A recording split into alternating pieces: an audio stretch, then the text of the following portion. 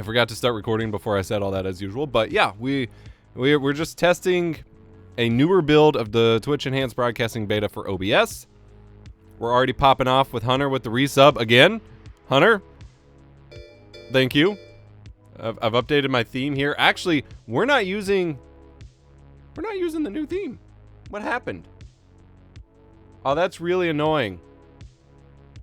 I know what happened, and I can fix it. Don't make me pull out my credit card. Please do. Please do. Oh, that makes me really sad. Okay, so I have been rebuilding my OBS layouts with my custom theme. However, I built, I guess, my new Just Chatting layout in another build of OBS, in another profile, a scene collection in OBS. And that is not the one I booted up, apparently, because my shortcut on my taskbar is not accurate. So I'm going to have to fix this real quick here. We're going to add that to the taskbar. We're going to launch another copy of that. We're going to unpin this one. Scene collection, old. Hang on, I can fix this. I can fix this. That should be the only one. No, all of these need. Okay. So tools, source copy, PC gaming, save scene. All right, I am going to back these up real quick, and I can show you what I'm doing most likely. So if you don't know, I think this will do it. There we go. If you don't know, there is a plugin for OBS from Exceldro called Source Copy. And what that does is lets you export individual scenes instead of scene collection. So that is what I am doing here, because I rebuilt my scenes with my custom layout in the wrong scene collection. So I am going to save these out. So mainly just PC gaming and Just Chatting are the ones I need to fix. So tools, source copy, Just Chatting, save scene. Just Chatting 2. All right, and now I go into my current build of OBS, which is going to get real freaky for y'all for a sec. Tools, I can close that other window. Tools, source copy, load scene. These saved to my desktop. Just Chatting 2, which went nowhere as far as I can tell. Maybe because it was already named Just Chatting. So if I rename... Oh, no. It just overwrote the current scene. Not ideal, but that'll work since they were named the same thing. And then import PC Gaming. All right, we're here. So now if I go back to PC Gaming, we're fixed. Flip on display capture. Hello. This is my custom version of StreamOS with my own visuals and everything here. I don't have the text added for my overlay below my webcam here, but this is my custom version that I should be using. Not the default one. So I got my own background, my own color scheme. I still have to update the aim chat color scheme, but that's fine. But you get the idea.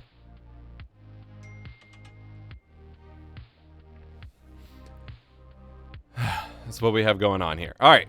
Catching up with you all. Don't make me pull out my credit card. Please do. You should check out the new AMD driver update, which brought out some improvements to encoding. I did see that. I shared the announcement. Honestly, to go back and forth and between driver versions just to show the encoder update is always a nightmare and never worth doing. But what I will probably do is make sure, because I've been slowly, it's taken way longer than I expected, but slowly behind the scenes, been running my encoder tests to do my big who has the best AV1 encoder kind of comparison. I will make sure that before I finish up that video, all of that is done with the new driver update. They also added some other cool features. NVIDIA also just released a driver update that just added SDR to HDR tone mapping using the RT cores for some reason, instead of just like a normal profile for that, which is weird, but I'm excited to try it as well. Did the Twitch max bitrate get a bump or something? 8 to 8.5 is the max, depending on, you know, your local server. The official limit is 6, but like it's not 6.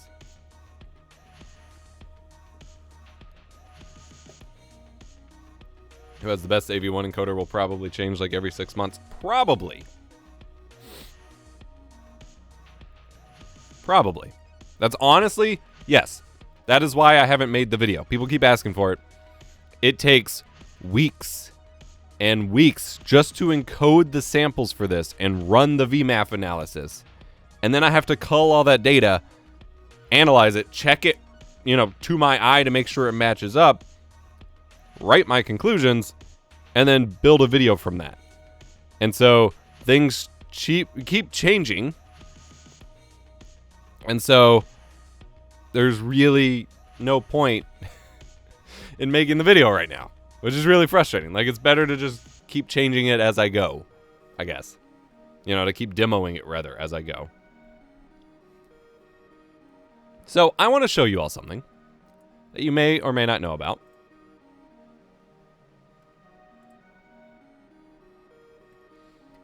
I'm going to flip over. Bloop.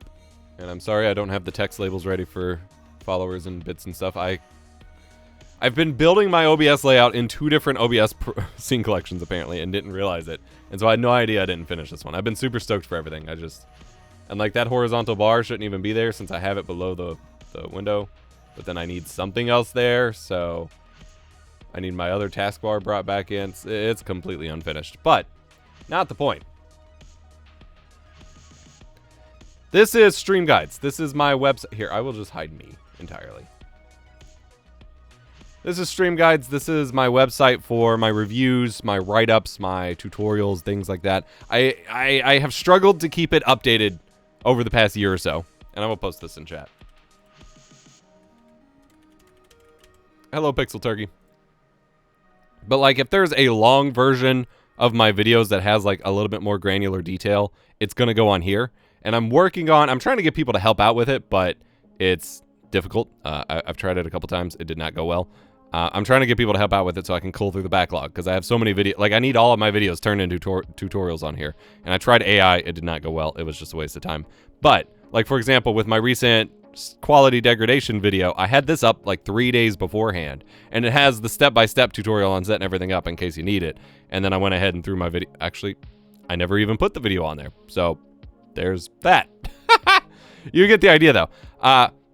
Something I've been needing to do is to get I need to tweak the AdSense aggressiveness, apparently. I had no idea it had gotten this bad in the past couple months. Auto settings are not great. They updated the AdSense WordPress plugin, so I will fix that. But one of the things I need to do is there is a FAQ category I just made. It is not FAQs. I think it's just FAQ. Yeah, and it has nothing in it. I need to sustain my website with content that are just straight FAQs, so that when you go to my website, you're like, hey, I want the best capture card for... I'm gesturing to you and talking to you as if you can see me and you can't. If you're like, hey, I want to know the best capture card for this console, or I want to know what setting I should set for this setting, I need to make FAQs for all those little things, separate from my normal videos, but just so that they're there. And maybe if I answer these things in a stream or clip it from a video, then they can go up on the EposVox Clips channel. That is what I need to happen. And so what I need from you all is to submit FAQs. Questions that you think are frequent enough that either you ask enough, like you keep having to check on the answer for, or if you've helped out other people with OBS or seen other people asking the question over and over. I need you to submit those to me. Now, I have tweets and Mastodon posts and everything that just went up today asking for it. I do have a forum I'm releasing soon where there will be a post for that as well. We do have official forums coming soon. I'm not ready to let everyone in just yet, but if I started giving FAQs to answer, you'll never end the stream. Pair them with subs. But yes, where do I install OBS from? I guess counts. What's the best settings to stream to Twitch? That one's going to be annoying because I'm just going to say there is no best settings. Check these guides. How do I capture Counter-Strike 2 stretched? Sadly, yes. So I need a list of those from everyone submitted so I can start working on this behind the scenes around, I don't have a ton of work time, but, around videos. and we can get this going, because this website is super important. 2024 is the year of me being a hardcore advocate of self-hosting and having your content elsewhere. The philosophy is called oh god, I'm gonna say it wrong. I'm gonna say something really inappropriate. It's called POSSE. POSSE. Publish on own site, syndicate elsewhere, which is where you publish whatever your work is, your art, your videos, your streams, your tutorials, your written guides, your education, your crafts, whatever. I know, chat. You publish it on your own site that is going to get indexed in Google or whatever and sent out to a mailing list, anything like that, first, because you own that. And then you send that out to your YouTube channel, to your blog that's on a like Medium or something, your social media profile, whatever. You do it on your thing first and go outward. That way you have complete ownership of the chain there, and everything points back to a platform you own. That way, if you get banned on Twitch, if Mixer goes out of business, if Twitter becomes a dumpster fire and you don't want to be there anymore, you have spent whatever time moving forward pointing your audience to your platforms you have control over. And for me, that is reducing my dependency on social media. That is reducing my dependency on Discord. Discord is absolutely floundering lately, and it means having a lot more ownership over my stuff. And so I'm going to be leveraging stream guides as the expanded form of my videos. I may even be setting up a PeerTube service where my videos go to first, and we, I guess, embed those on the website. Obviously, I don't make money directly from hosting my own videos, so that part gets a little complicated. But, you know, my own website with written guides and write-ups paired with the forums to kind of replace Discord a little bit. We're not getting rid of the Discord, and it's still going to be where I live, but, you know, as a supplemental thing for people who don't like Discord or just to have more ownership of, to monetize better, whatever. 2024 is the year of that.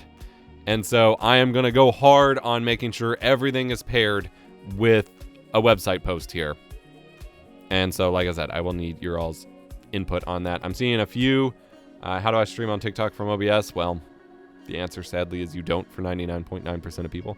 How to set up a capture card on OBS? Yes. And I'm thinking with the new wave of capture cards, the videos are going to perform terribly. And this is something that really sucks as an education channel, as a tutorial channel. I see you hiding there, T-Queen. What really sucks is that there are a lot of videos or guides that I should make that initially perform poorly. And I'm considering using these to experiment with not even sending out to subscribers. There's this whole new meta that Shorts channels and a few other YouTube channels have been hawking to new streamers or new creators, that if you are a new channel or you're uploading varied content to your YouTube channel, you uncheck the box that says publish to subscribers. I can show you that box here. If I just pull up a video, like one that's already up. Actually, no. If I pull up one that's not up, I can show you that a little bit better. So if I go to a video that I haven't published yet, and I go to the advanced settings scrolling down, I have an option here to publish to subscriptions feeds and notify subscribers. There's this whole new meta that people are claiming they get better performance if they uncheck this box, because it doesn't give YouTube that initial data saying that subscribers aren't clicking at it. 9 times out of 10, these metas, these hacky workarounds are either complete bullshit or they get patched, for lack of a better word, by YouTube like very quickly, and they're not worth doing. But for the kinds of videos that I've been building up to say, I might experiment when doing that, because what I was gonna say was that with the new round of capture cards, the Live Gamer 4K 2.1, the Elgato 4K Pro 4KX, I'm considering just doing a basic setup video for each capture card. So just a dedicated video, how to install and use the Elgato 4K Pro, how to install and use the AverMedia Live Gamer 4K 2.1. And they are going to be bare bones basic. I'm going to show you how to install it in a PC. I'm going to show you how to add it to OBS and mess with the settings for a tiny bit. But I feel like it would benefit me to make those videos. But the problem is, on top of I barely have time to make videos as is, the problem is that they will perform very poorly in the moment. Because if I publish that, most of my subscribers aren't going to click on it, and it's not going to get a whole lot of suggested views because it's not an entertaining video. But I think if I experiment with not checking that box and just sending it out for search and putting it on my website, it would be worth it for SEO. So it's going to be a big experiment just with those couple videos. And if they end up doing well, perhaps we'll do it more. I'm seeing some more input in terms of FAQs. So hopefully I can just pull this whole chat log and go back to them. Ideally, can you all... Here, I will do this. I'm going to spin up a just empty Google Doc. Don't make me regret this, but just an editable Google Doc that you all can add FAQs to. FAQs from Twitch chat. Share. Anyone with link can edit. It's going to be a terrible idea, but I'm going to pop that in chat and pin it. Any FAQs you are submitting, if you don't have another means to send them to me, pop it in that Google Doc. And as they get added, we can poke with that. All right. First time chatter. Weird question. Would you get an ARC A310, A380 for a streaming PC, or would the RX 7600 XT be a better purchase? I am a huge advocate for ARC in a dedicated streaming PC. Obviously, with this initial wave of the Twitch enhanced broadcasting beta, you won't be able to use ARC because it is focused on NVIDIA. But by time it is really rolled out and you're using it, you'll most likely be able to use ARC, and that will be fine. But I struggle to recommend the A310.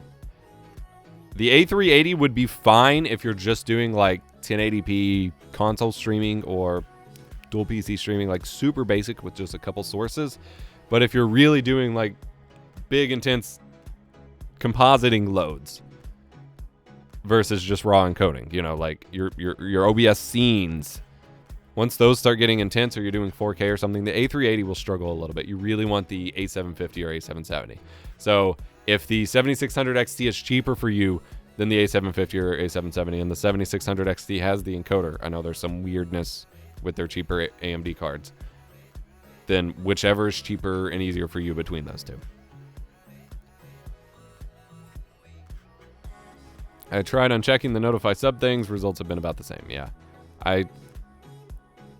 It's really hard to tell whether it's actually going to do anything. But the pirate software dude that's been blowing up in shorts apparently does this with all his videos and swears by it. But, you know, there is so much survivor bias in, like, every YouTuber that finds success that they're like, well, I did this thing and now I'm successful, so clearly that worked.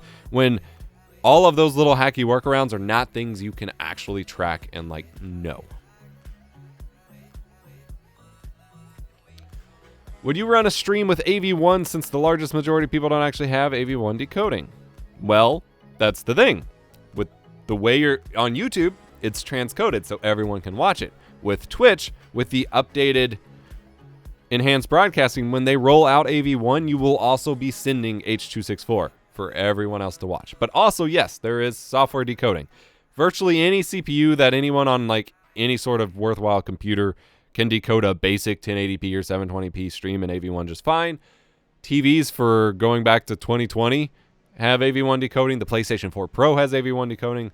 Most modern phones have AV1 decoding now.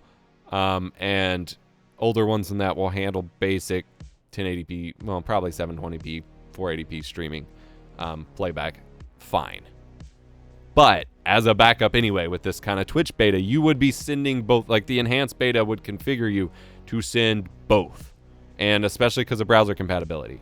When one of the OBS devs has been testing AV1 and HEVC, Chrome is the only browser that will play it back for me properly. And so you will have to be sending H.264 anyway. So in lieu of transcoding like YouTube does, Twitch will just have a secondary copy of your your stream in the proper format. Why do I not have a button for a first-time chatter to ban them? What? I have a camera icon and a sword icon in the first-time chat window, but they don't do anything. Why is Twitch chat still so bad? Am I missing something? Like, look. And then the pin and reply icons come up and block these off. so that I almost accidentally pinned the bot instead of, and right-click menu is just Edge. I should be able to do it on a message basis, though. Every other platform on the planet, you do something on a message basis. There we go. Anyway. I'm just saying. I should be able to remove individual messages, too. I guess is what I'm thinking. Maybe Discord has broken me. I'm just thinking about, I don't know. We need you guesting on the full nerd again. Yeah. Yeah, you do. Yeah. Have you seen the experiments people have been doing where they're simulcasting portrait and vertical? Yeah, I mean, that's what the whole vertical plugin is for. The Atom devs. Atom is like a streamer bot competitor, like a OBS enhancer, basically. They developed a free OBS plugin that gives you a whole separate vertical canvas. And you can use it for dual horizontal, but they made it for vertical so that you could stream to both. The problem is, neither TikTok nor Instagram wants to give you a goddamn stream key. They want you to use their bloated, crappy desktop programs. And so you have to virtual camera and virtual audio it out, and it's just a complete nightmare. So now, instead of just doing it the reasonable way, and yes, everyone who works at TikTok who is a part of this needs to feel bad for it. I know the reasoning why they want you to use their app. It's not okay. You should feel bad for obliging with it. What you have to do is you have to have your normal OBS canvas. You have to run a second OBS canvas with the vertical plugin, which takes up additional load. Virtual camera that out to the already bloaty and resource-intensive TikTok app, which then has to render its own canvas, and stream that out to TikTok. It is absolutely insane. You're saying people are experimenting with that with the Twitch enhanced broadcasting. Well, I haven't seen that. I was told that, like, I specifically asked that for my coverage and was told, yeah, that's a cool feature we might like to see in the future, but we have no timeline for and do not currently support it. So I have no clue how they would be doing that because literally nothing in the current OBS build that they're handing out supports it. So yeah. I mean, it's one of those OBS Accelerator has it in a custom build. Oh. Well, probably don't do that yet because you're going to be, I mean, it's a cool experiment, and that is one of the big features I was pushing for in my conversations with Twitch because I think that will be really cool. And a lot of people have been asking for it, but I would say that might damage your status to be in the program. So maybe don't until they say it's okay. But yeah, I mean, that is one of the big things I want them to push for is the ability to add in a mobile feed. That would be cool. Not sure if this is FAQ posting here instead. If an enhanced broadcasting uses RTMP multi-track video, then instead of different resolution encodes of the same video, can we do different feeds? So theoretically, yes. I don't know that Twitch will allow it other than for this like vertical thing, which then opens the can of worms anyway. Because from a moderation standpoint, that is a freaking nightmare. It's hard enough for platforms like Twitch, and obviously, you know, certain other green ones don't even bother to moderate their platforms with however many streams are going on. If you can hide it in one of the lower resolutions that doesn't show in all the thumbnails and stuff by default, that's going to be a moderation nightmare. So the bad are going to ruin it for the good in that regard. But yes, the tech would allow you to do that, and I am excited to see what multi-track, multicam, whatever possibilities come up. YouTube used to support multi-cam streaming. It was done in a very different way, but I'm hoping this update to the RTMP spec might allow it again, because for certain like concerts and events, I only ever saw one or two, but like it was really cool. QSV has support on TikTok Live. Yeah, TikTok supports most of the encoders. They even have their own encoders enabled that they like wrote themselves for HEVC and H.264, except they're bad. They're really bad. I've been using A380 as a second GPU with the 6800 XT. It's great for offloading. Yeah. Pairing it with the second is probably fine because you're still doing some of your render work probably on your 6800 XT. I think it's cool people are excited about AV1, but HEVC is at least as exciting as an option, if not better. Yes and no. Like, yes. Especially because it's more widespread. Like, going back to GTX 10 series. So, 2016 has HEVC encoders. Now, they're not as good They got major quality updates in RTX 20 series, like the other encoder, but like it is much more widespread. GTX 10 series and RX 580, maybe 480, but the encoders on the 480 were really wackadoodle. Like they were barely usable on the 580, so But like it is way more accessible. In terms of quality, it is still the same kind of more modern tier of hardware, so But I think we should still be leveraging and supporting the open codec more whenever possible for a bajillion reasons.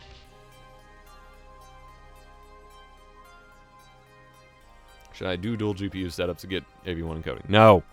Just use HEVC. I see some of you are adding questions to the document. Thank you. It is nowhere near however many was in chat, but I greatly, greatly appreciate it. I am crowdsourcing. That's part of the thing I'm going to use the forum for, is I have a whole section in the forum that's just going to be dedicated to crowdsourcing, which is pretty cool. Like whenever I need stuff, I want to be able to just be like, hey, I'm looking for this thing. Y'all got the deets?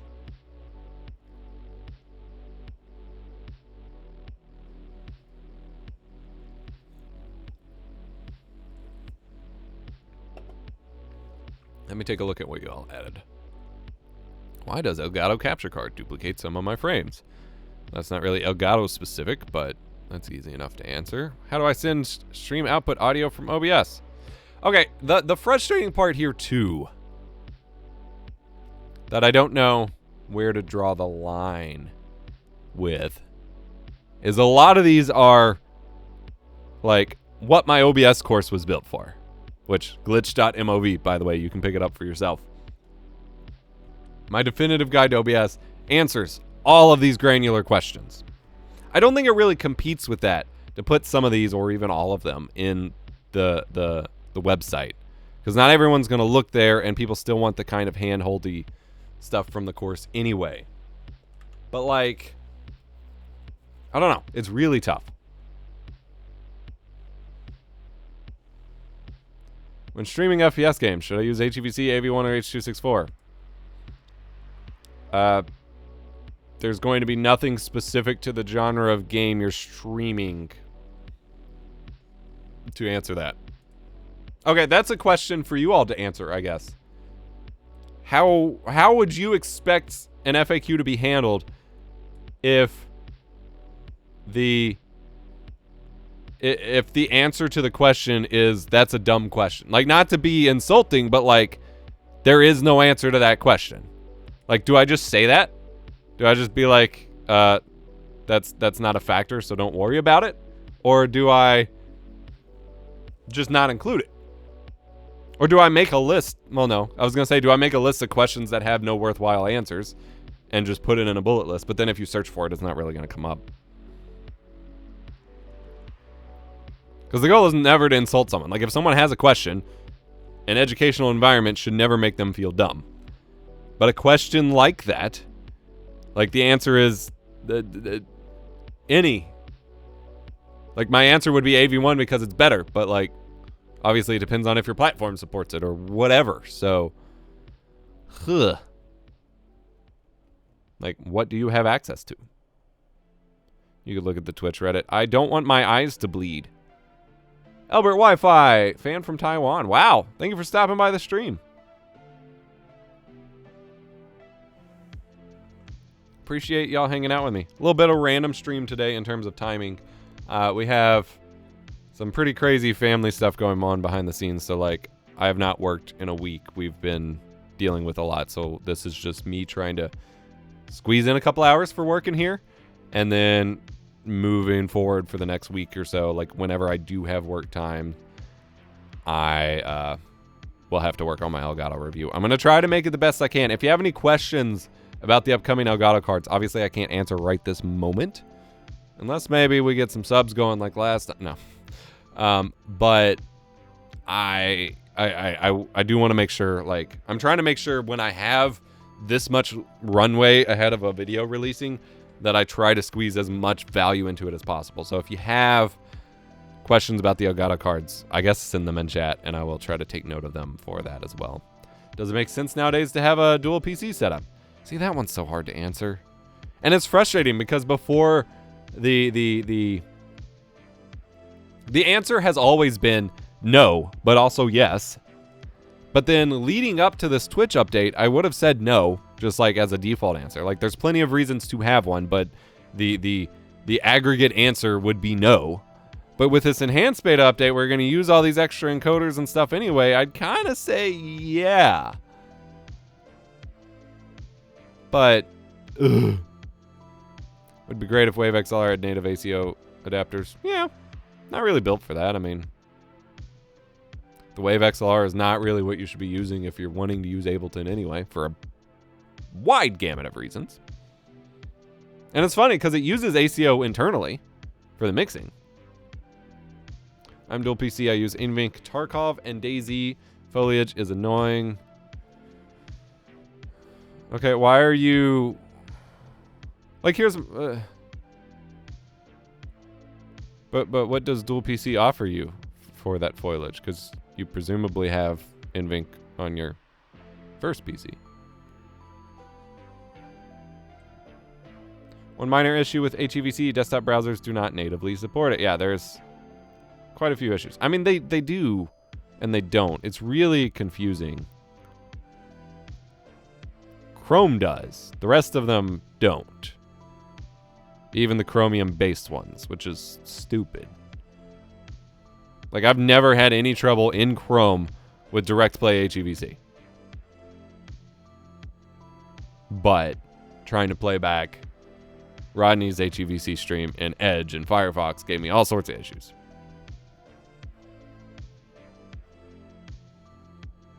Yeah. But due to licensing, yes, which is why we should be supporting AV1 whenever possible, even though HEVC is coming through. But with AV1 to get best results, and the same with HEVC, I guess, you need the Windows Store thing if you're on Windows. If you're on Mac, good luck at all. If you're on Linux, good luck at all. It's rough. DRM has ruined so much. Firefox, you enable HEVC pass-through in the about config fags. Well, that flags. That's good to know. Is that? I don't have Firefox on here. I was main Firefox for like a year. I've now picked up Edge, and I'm slowly transitioning to Arc on Mac. I don't have the Windows beta yet, and the mobile app is not great, and it's not on iPad yet. So, slow transition, but I'm loving it on Mac so far. But I did not know that about Firefox. I will have to check out those config flags in a little bit. Nothing. I record in 1440p also, but overall game performance feels better now on dual PC, less stuttering. Makes sense. Media.wmf.hevc.enabled. Good to know. Thank you. I will probably turn that into its own tip as well. Now, sorry guys, we gotta keep the stream going, but I gotta switch internet connections real quick. Give me just a sec.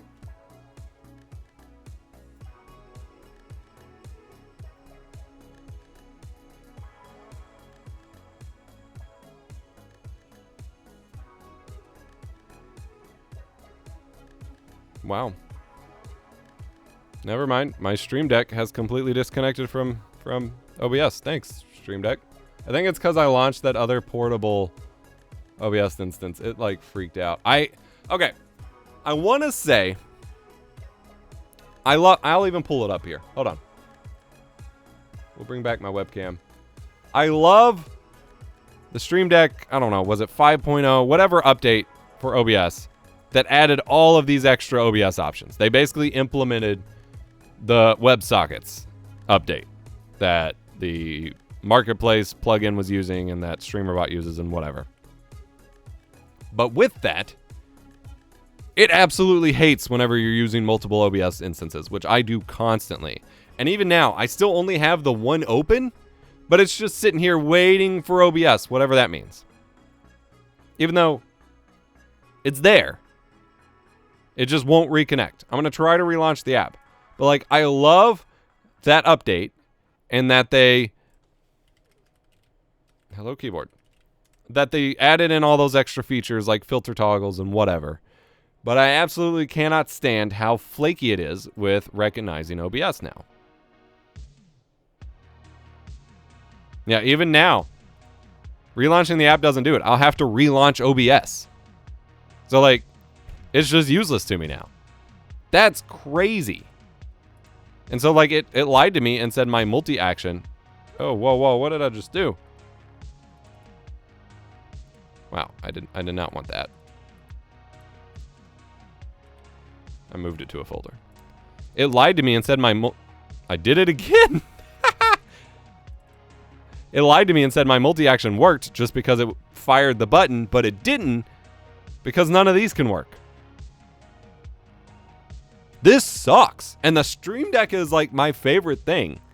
But like, this sucks.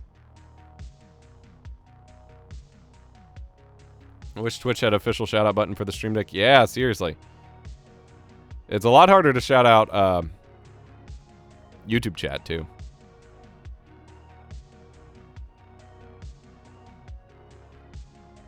Usually you have to relaunch both. Yeah, it sucks. Are you in HEVC or AV1? H264.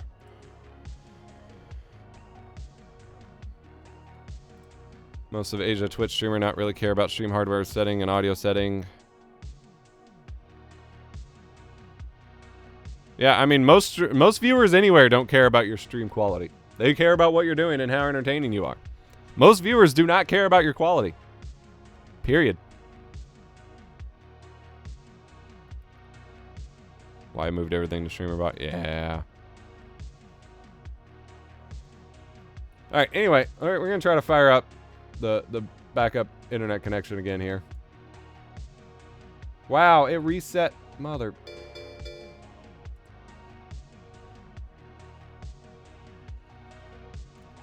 I just wanted a nice payoff.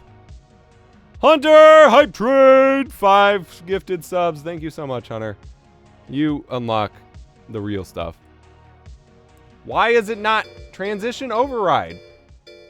Why did my transition override not go through? Transition override. I'm so confused.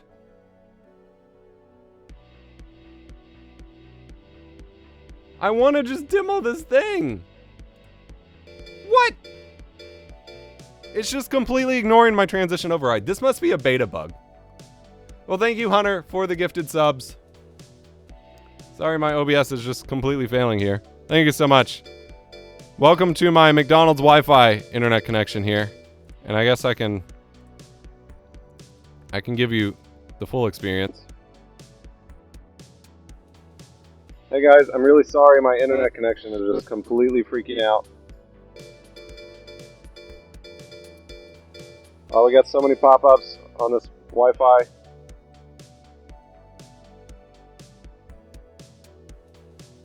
So many pop-ups on our McDonald's Wi-Fi here, ladies and gentlemen.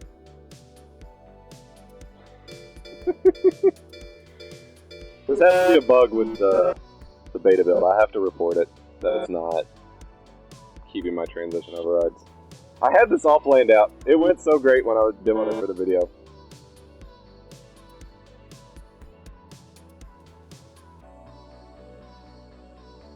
Found a repeatable bug in latest OBS. If you remux MKV, yes. The option to remux again doesn't show up. Yeah, it's a weird bug. I've reported it. They know about it.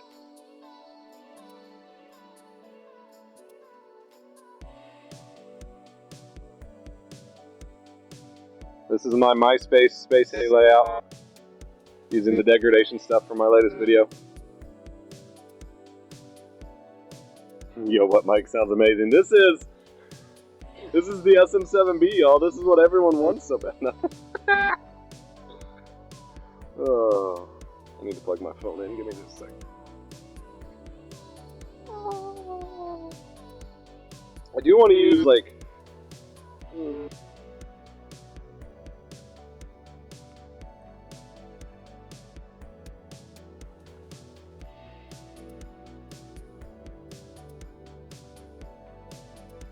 I had a I'll turn off the sound effects.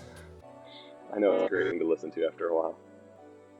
I had a plugin set up in an old build of OBS that I was doing tutorials with that allowed me to just zoom in on any arbitrary OBS scene. And I want to get that set up for stuff like this, especially with the crispy like upscaling tech, and especially since I'm running in 4K, because it would be really cool to treat like my entire stream layout as basically a computer screen that we're like zooming in on or whatever. But I don't remember what I was using for that, so I've got to do some digging to like figure out how to do that. Because the only way I know to do it would require every scene to be like... I know what it was. I think I have something saved for it. T-Queen, I will message you when I find it. I know what it was now. And it doesn't... Because my thinking was the lazy way to do it...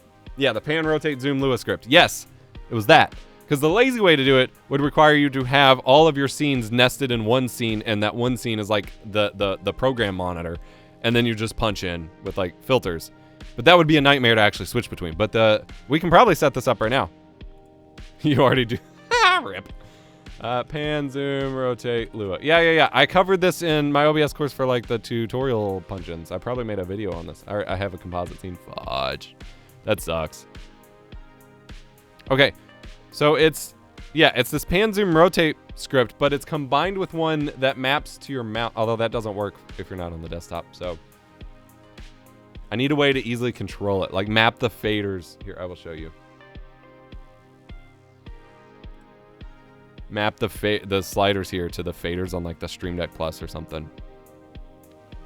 It'd be really nice if I could just have it follow my mouse on the OBS canvas, but it doesn't really work that way already. So I guess I will also demo what I was trying to show you with transitioning here.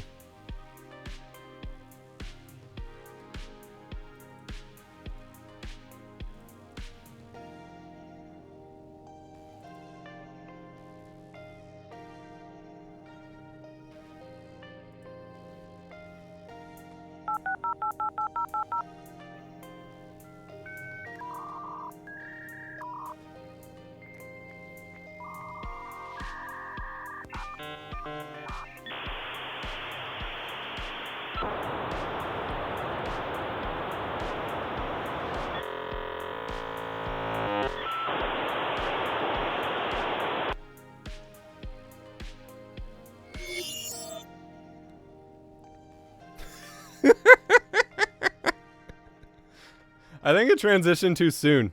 It's supposed to just completely play out and like zoom in on the button. But not the speed? Oh, I see what you mean. Yeah. So I think it's set to too quick of a transition time because it zooms in on the button and the button fades away to like reveal the scene. But yeah, I spent forever on that and spent forever finding and recreating the AOL setup in 4K, because most of the screenshots and video of it are like compressed to crap. And so I spent so long on that for something so basic. What I want to do, because the dial-up sound, like I did my best with EQ and like lowering the levels to make it tolerable, but the dial-up sound for obvious reasons is a little intolerable to listen to. And so what I want is some sort of like EDM or D&B like remix of the dial-up sound or something to use in its place. Or like some sort of spin on it, like a city pop spin or something. But, no, don't do it again. No! I'm gonna delete it. Okay, I just deleted the transition because I didn't want it to do it again. I'm sorry.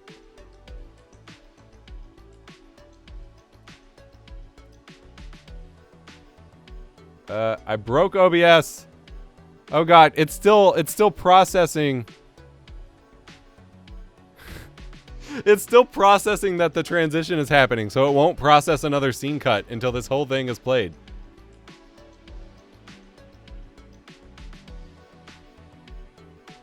Even though I deleted the transition from OBS. I may have just bugged it out. It may actually not switch scenes anymore. That's gonna be hilarious, because it won't let me choose a scene, or a transition. Oh, you fucked up. Yeah, I think I did. We're just gonna say slide. Add a slide transition. Okay. It still won't let me select one. Oh, it worked. Okay. But yeah, I recreated all this in 4K or 8K. I don't remember, in Photoshop, and then did it in After Effects in 8K. But finding all of these graphics in clean enough quality that I am happy with, only to degrade and mess up anyway. But like, you know, I like having a certain crispness. And so the text is all fresh. The screenshot, I grabbed a 4K re-render that Microsoft apparently did of the Windows XP wallpaper and put it back there. I went completely overboard for this. MPV is having trouble here. And then obviously it switches to connecting. And then connected. And then it loads the channels. And this was the highest quality copy of the channels I could find. It's not great. It's pretty low res, but it was the best I could do, and I upscaled it and cleaned it up as best as I could. Swapped out one of the banners for Twitch. And then click on it, and it disappears and punches in on it. And it's got alpha so that it shows the other scene beneath it, like an old TV transition or something. I freaking love it. I'm so stoked. I love getting to do stuff like this, but like, I don't always get the opportunity. It's like weird hyperfixations that, unless I stream and it's like profitable to stream, there's no reason for me to spend time on it. Every once in a while I get cool videos out of it, but not always. That new AI SDR to HDR browser thing seems interesting. Yeah, I'm interested in trying it because I want more reasons to leave HDR on my OLED displays in Windows, like by default. But like, you don't need AI to tone map up. Like HD Fury and Mad VR and stuff have boxes that have done it for a while now without AI. Like,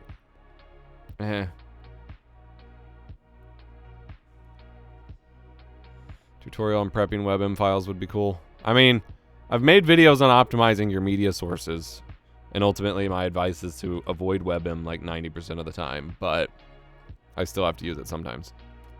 SDR just looks too washed out now. I mean, my issue is I hate how the Windows UI and like SDR stuff looks when I'm in HDR. Like when I turn on HDR, Windows looks like ass, and I don't like it. Like that I can't get used to.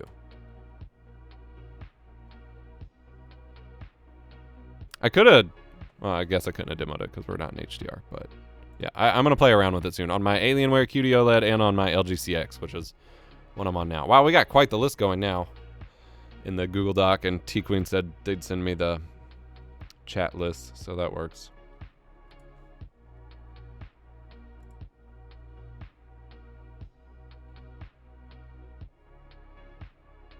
Copied them over already. Okay, sick. That's why it's so full. Cool.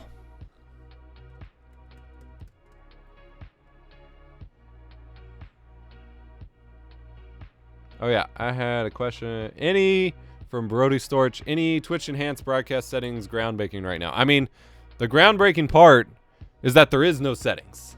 You check the box and it just goes.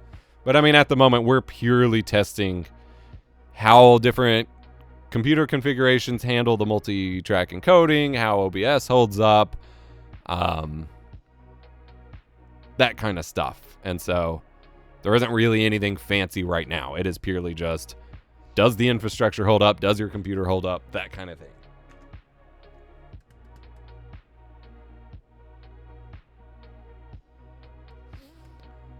So, nothing fancy. Any issues with the auto settings feature yet? So there was one.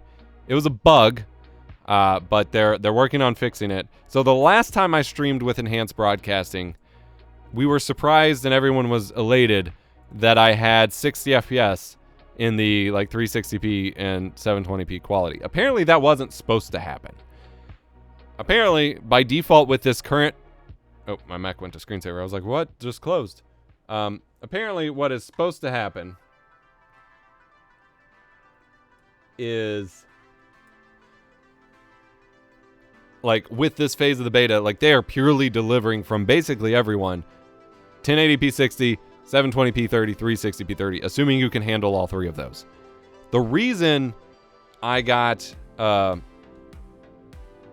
60 FPS in the transcodes before was because OBS was set to 59.94 FPS, which is how I typically run everything, because that's what real, like if you're bringing in a camera or a capture card or whatever, it is virtually always running at the fractional refresh rate. So I've just always done everything fractional. Well, apparently the Twitch enhanced beta just has some issues with that. And so by setting it to 59.94, it bugged out the lower quality transcodes and sent them as 60 when they weren't supposed to be. And so by setting OBS to just flat 60 FPS, we now have the 30 FPS on the lower quality transcodes, which is what I'm testing here today mostly. And so that's functioning properly now. Don't know if it's been talked about yet. Excel had a demonstration last night on horizontal vertical. Yeah. That was my... Oh, did I ever turn off my mic filters? Yeah. Okay. Twitch has never really liked fractional. I've never had an issue with it. Like, I've always had better results. Like, across the board. But yeah, we talked about it before. It's something that I originally pitched, like, in my very first meeting with Twitch before the announcement about, like, hey, this is what we're doing. I was like, hey, do you think you all could do that? Like, I think that's going to be a big thing, especially to compete with, like, TikTok and stuff.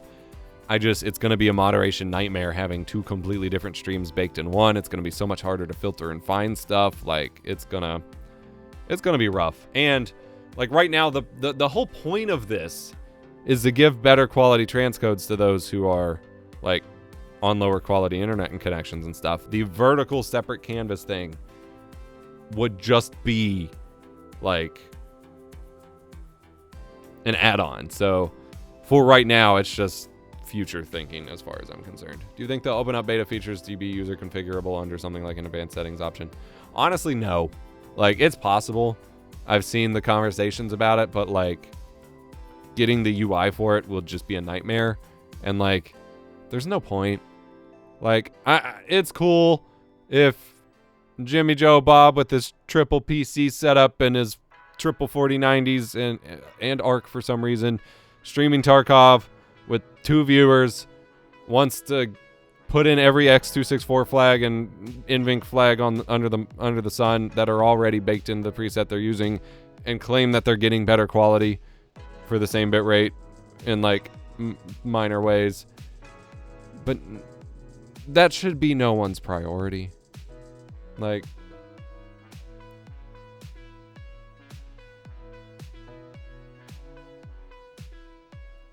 I'm done with all of that.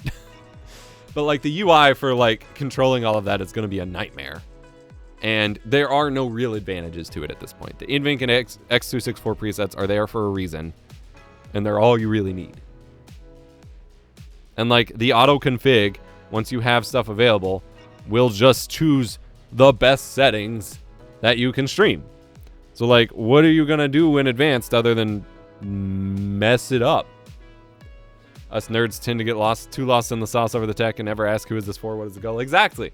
And, like, it's cool, but, like, in my opinion, if you want to min-max your video quality, you should be doing that for, like, your local storage, for the videos you upload to YouTube, for trying to get the best, like, the smallest file for the best quality you can get on YouTube, or that kind of thing. For a live stream that's fleeting, that it only matters if you have viewers that are entertained in the moment, none of that crap matters.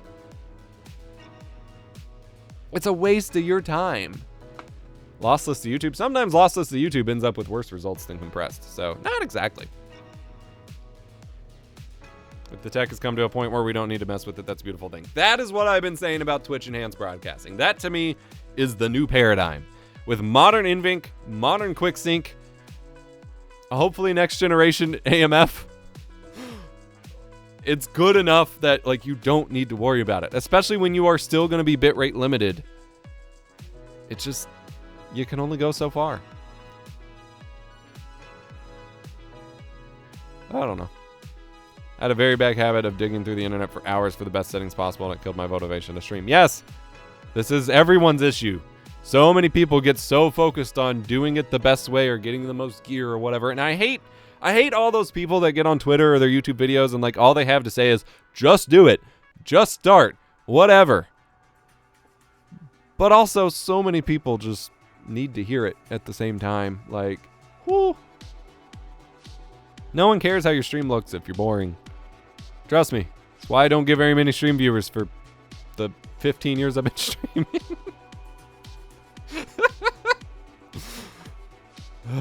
No one cares. Like, yeah, you're gonna get those 2 people that have been searching 5 pages in a game for that stream title, that says best quality in this game on Twitch. But that just further isolates you in this, for lack of a better word, and I hate this wording, but in a bubble of people, of the 3 people that care about it, and prevents you from doing anything meaningful with it. There's the intellectual interest in understanding and testing, sure, but like, find a better application for it, because Twitch is not the application to min-max that. Study that and go put it to work for like your local sports broadcasting on like on a site like Live Sportscaster or something, not on Twitch. Twitch is not the application for this thing. I think people get so confused by that. Like, the democratization of YouTube and streaming have convinced everyone that YouTube and Twitch and whatever is what matters, when in reality, this should be the stepping stone to everything else that matters. Like, if you want to master video quality and optimization and building broadcast rigs, go put that to work with broadcast orgs and whatever. Don't just stream Fortnite with your forehead facing the camera on Twitch. That doesn't matter. It doesn't ever matter. If you want to master like camera production and lighting and all of that, don't do it to just talk about your favorite video game on Twitch or to review cameras on YouTube. Go put that into production. Go do something with it. Now, someone tell Discord to add AV1 for AMD and Intel. They did add it for AMD. It is still pretty unstable last time we tested it, but they did add it. They added it almost a year ago now. I don't know why they haven't added Intel, but like, the issue with adding it in Discord is the way Discord streaming works is everyone who views it has to support it. And so if there's even like a hiccup in the handshake or someone just doesn't check the hardware decoding box for some reason, then it converts back to H.264. So, I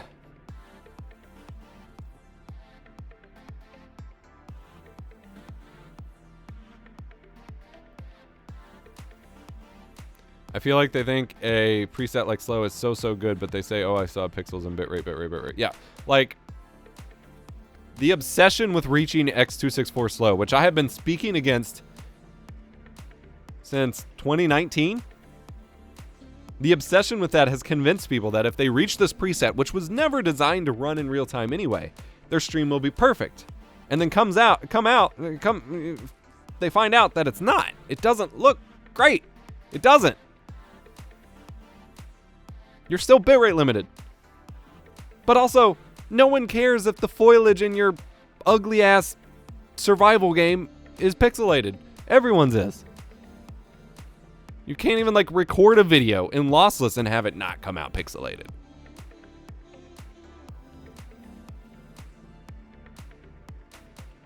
All that to say, stop obsessing over image quality. Check the damn checkbox once you get into the beta. And be good with it. If the blockiness of the foliage in your stream is the make or break difference between you having viewers or not, you don't got viewers. And you're not going anywhere.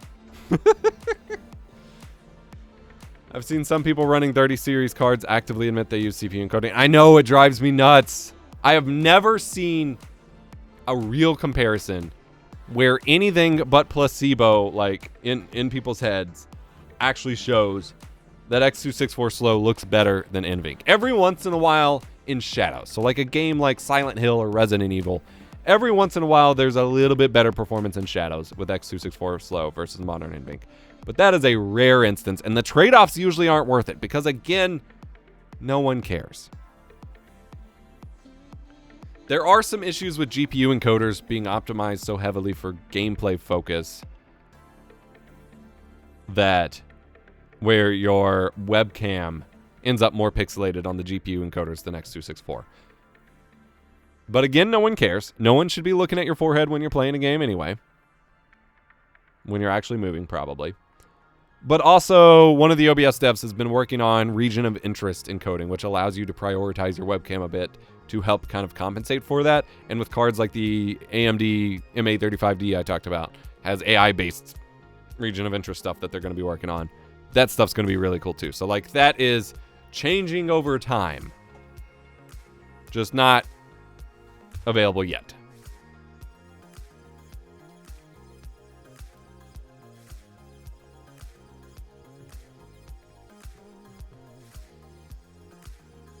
I really didn't intend for this to be a rant stream. We can talk about other stuff. That's just where things are at the moment, I guess. My webcam is a little pixely, I noticed, but I don't care about the webcam. It's in the corner for a reason. Exactly. It's secondary. Like, yeah, it's there for your reactions. But ultimately, most people, when they stream video games, they are...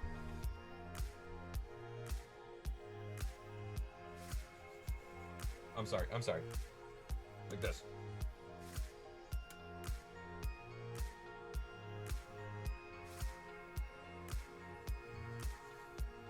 Do we really need all the quality to go to that?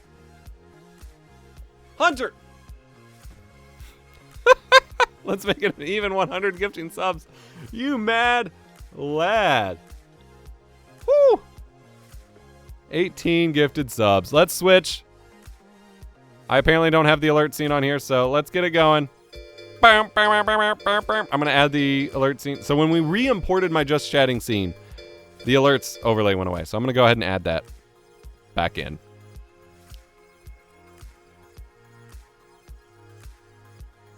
There we go. All right, so it'll be there from now on. Thank you so much, Hunter. You are a madman. This is just... if there's drool, then quality is needed. I'm really happy with my setup, except duplicate frames for my cam. Latest theories, HDMI cable. Could be.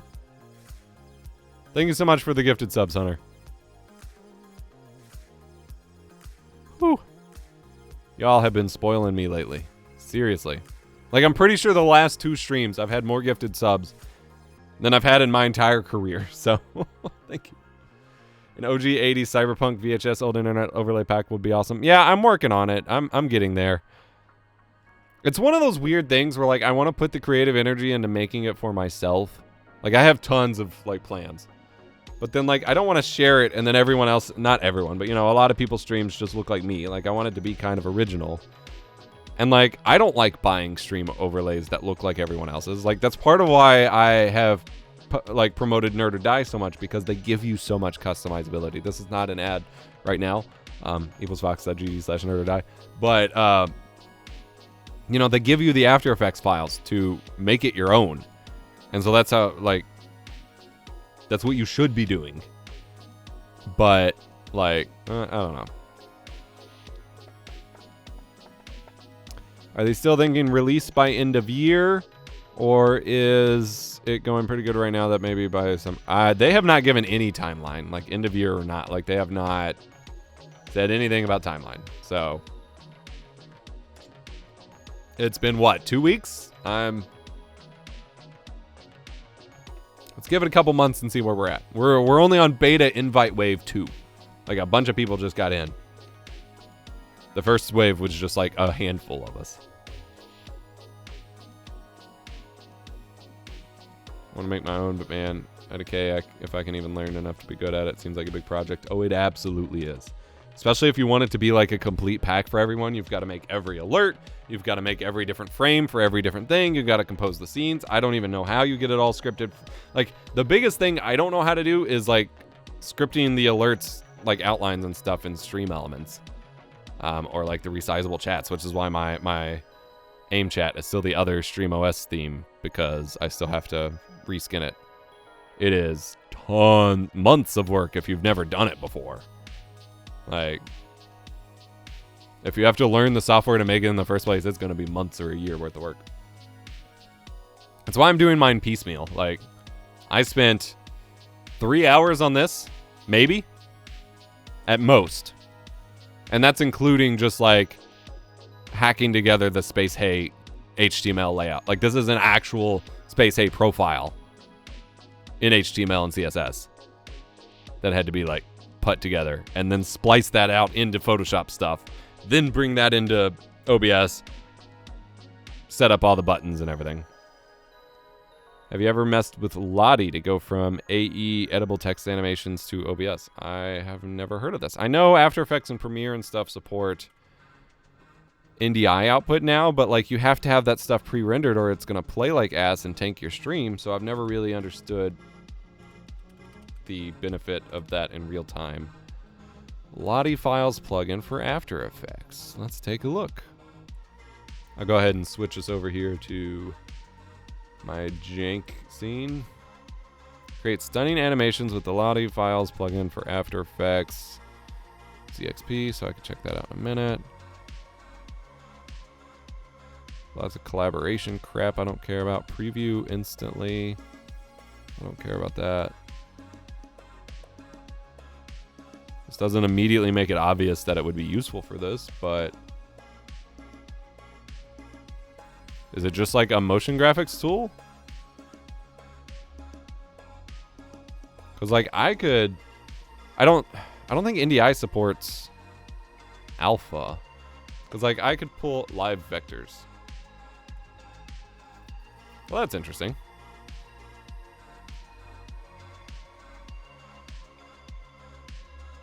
I feel like that's really niche to actually be able to utilize it, but I'd love to see some like applications of it that people have done. But like I could right now, if I switch to my Mac here real quick, pull up After Effects. Unfortunately, I don't have a capture of this to show you. Actually, do I even have NDI on here before I go any further? NDI. I do. Okay. I don't know if NDI is supported on After Effects on Mac though. Give me just a sec. I'm gonna pull it up here. I love tech websites that don't tell them anything about what the thing is actually for. I know. You export a lightweight Lottie file and then can dynamically replace text in OBS. Huh. Well, that's cool. I would love that because I don't like the limited text capacity like built into OBS. Like I'm someone that does big, blocky, like cringe text work. All right, so if I do edit or After Effects settings, do they have NDI on Mac? I don't even know where it is anymore in the settings. Display, video preview, Mercury transmit, NDI output. Yeah, settings. Why do I have to open a browser to get to settings? That doesn't make any sense. I already have NDI installed. Does it not detect it? All right, we'll just do this. That's fine. All right, and then I make a new comp. Hold on. I know you can't see this. Give me just a sec. New comp. 3840, 2160. 60 FPS. 1 second. And I do shoobity bop. Theoretically, if I switch back to my Windows PC here now, I should be able to add NDI source. Call this After Effects Mac. Source name After Effects. Nice. Highest bandwidth, hardware Excel, frame sync. That's new. Boom. So no alpha. The background color is white. So I'd have to go in and screen it, which I can do. So layer new, solid, just make it black.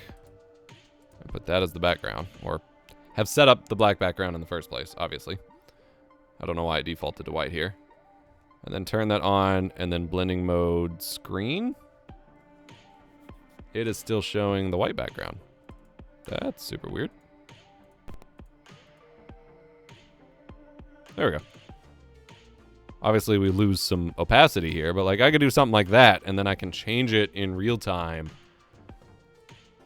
I think in After Effects, although you completely lose the opacity on black backgrounds. Or on white backgrounds. Like if I come in here, oh Lord.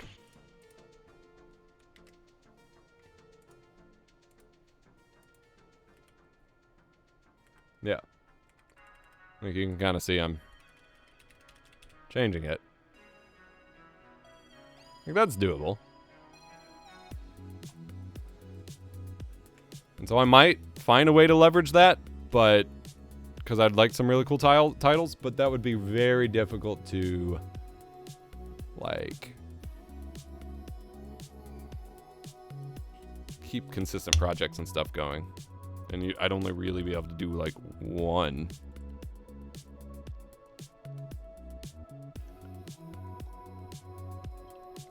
So that doesn't seem like the play. I don't know. Did recently learn how to mess with my own LUT in DaVinci. I was pretty proud of that. Awesome. I've got a video on that if you want like more advice on it. Yeah, I just think After Effects isn't like super suited for being your text manager. I miss the old title makers. I have one in my like glitch art setup. I love a dedicated device that just lets me like load fonts on it and has all sorts of customizable effects, or just a dedicated program that just like lets me manage. That's what I want. Like that's a bounty to put out there if I had money.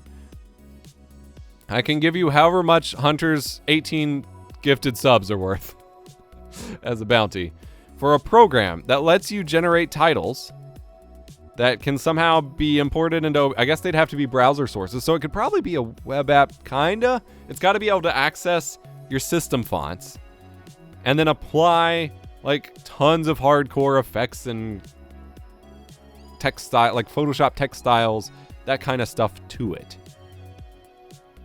And be able to keep a bunch of different like title stuff going with that. That's called vMix. Oh my god. vMix's menus for that kind of stuff are so archaic and ugh. I loved using vMix for like ISO recording and stuff, but for trying to do text or any sort of scene compositing stuff at all, it felt like I went back 20 years and I stopped using it because of that. Like it freaking sucked. vMix is really cool in many ways, but like I was committed to making some videos about it to make that be my next like tier of stuff I cover, and I can't. I really can't. It made me miss Wirecast. It made me miss Wirecast. But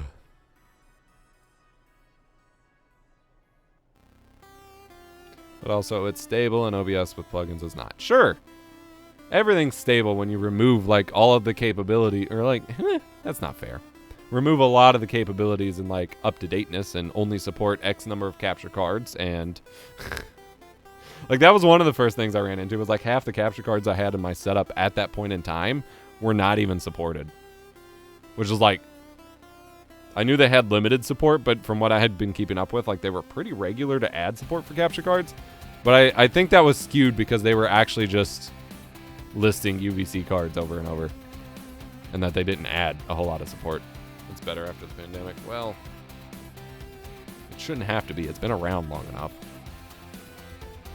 I don't know. I want something like vMix, but with the flexibility of OBS and some like more modern 3D stuff like Polypop has, or I've never looked into Obscure. I was so put off by the original name. Let me Obscure. Hunter, get on it. Yeah. Has anyone actually used Obscure? Like it, did it offer anything valuable? I will switch here.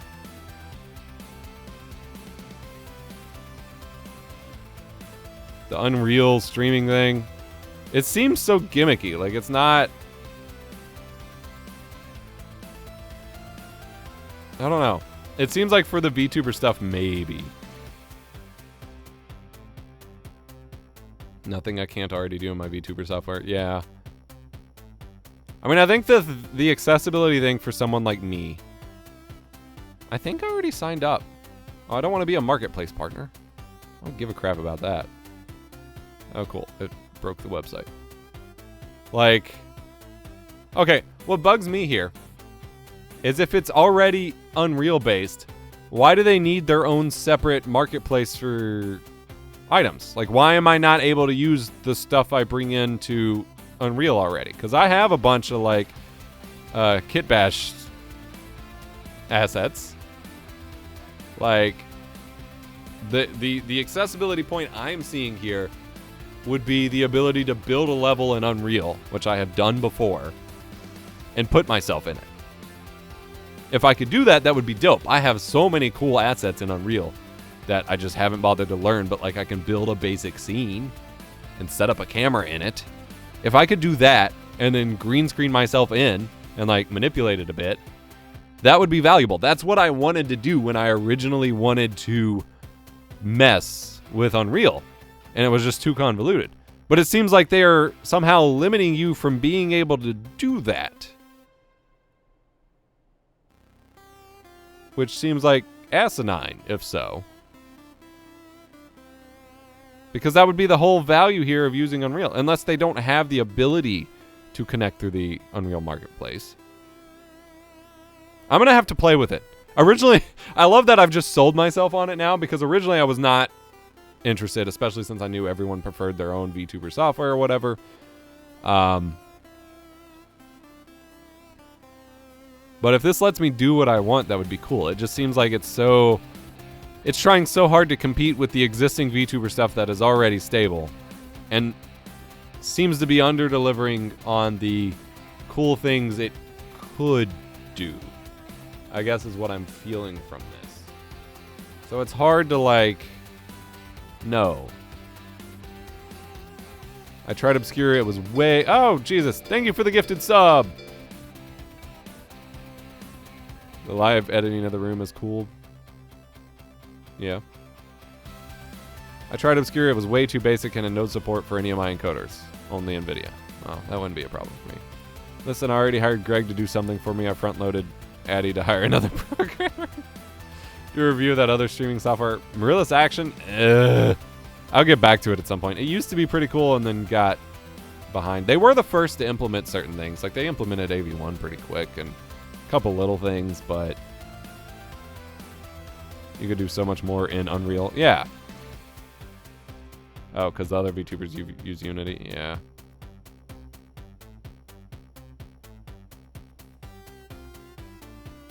Want me to give it a look from the VTuber perspective for you? Yes, please! Don't call any of our software stable. Much more usable than Obscure. Okay, yeah. Yeah, that's fair.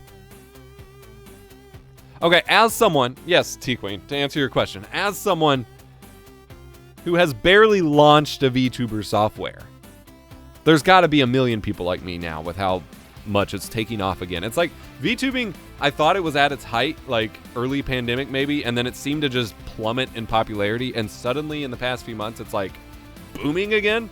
There's got to be a bunch of people like me who are looking at this. There's a whole bunch of VTuber apps on Steam. There's like a whole bunch of things. As someone who has barely launched it before, look at Obscure, since they're the big marketing thing at the moment, and tell me, like, tell everyone, maybe, or just me, like, what would be worth using instead if it doesn't look like it's worth it? Like, what should I pick up instead? Because every time I look at the scene for the apps and stuff, I'm just like, it seems like there's a million different apps with a million different ways to VTube going on, and so I want to figure it out. But oh boy. And there seems to be not a lot of consistent, like, resources for it. It's like, it feels weirdly gatekept. It feels like early YouTube days where it's like, how do I live stream? And it's like, here's some obscure settings for Flash Media Live Encoder, or you can pay $500 for Wirecast. Otherwise, get good, man. And I'm like, no. That's how I'm feeling about VTubing at the moment. Except it's not expensive. It's all, well, it's not all free, but, you know, a lot of it is free, other than models, which are really expensive. It's not even intentionally gatekept. There's just not a you in that niche. But there could be me in this niche. That's what I'm saying. That's what I want to change. What's up, your darling Newer? Hey, Epos, I watched your YouTube... I always watch your YouTube videos, but not a live watcher anymore. Maybe that can change. Well, welcome aboard. I don't stream that often, but Trying to do it more as time goes. Vinen has a lot of neat features for VTubing, and its dev is really active in making it better. Okay. Don't do this to me, Addy. Don't do what? I'm not saying you. I'm saying you get me up to speed, and then I break through the... I mean, if you do it, by all means, please do. But, like, I feel like it's almost obligatory that that's the next step I cover. Make a free VTuber model in VRoid Studio. It's a lot more powerful than it used to be. VRoid Studio. Studio! I remember finding Twitch 10 years ago and didn't expect to still open the site now that again. Yeah. Oh, yeah. I will say... Nope, I'm not going to say it. I just won't say it. There's something off-putting about... How do I want to word it diplomatically? Maybe I just don't say it. Maybe I just don't say it. If I have to ask that question, do I say it? VTubing appeals, or at least the common denominator with VTubing, is targeted at a very specific audience. And I don't feel like most people are in that audience. And in fact, most of the VTubers I see people like Shindigs highlighting are not in that style either. But when you're not in the waifu obsessed space, it feels weird that everything is about waifus. And I get that's because VTubing culture stems from idol culture from Asia, where that is the shiz. I understand that. I know the backstory. I just think as popular as it is getting in the States, and as amazing as the tools like Unreal stuff seems to be, why are there not more things like this that are just like, yeah, you can be freaking Master Chief or Marcus Phoenix, or like that was what was cool about FaceRig back in the day. FaceRig was my first exposure to this kind of tech, and it seemed game-changing at the time. And it was like, you could be a wolf, or you could be a computer guy or something. And it seems like everything now is like, you could be a big booby anime girl with big eyes and childlike innocence because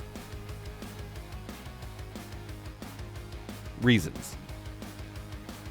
As much as VTubing is cool, I'm comfortable on camera. I am too, and yet I'm weirdly more and more interested in this as time goes on.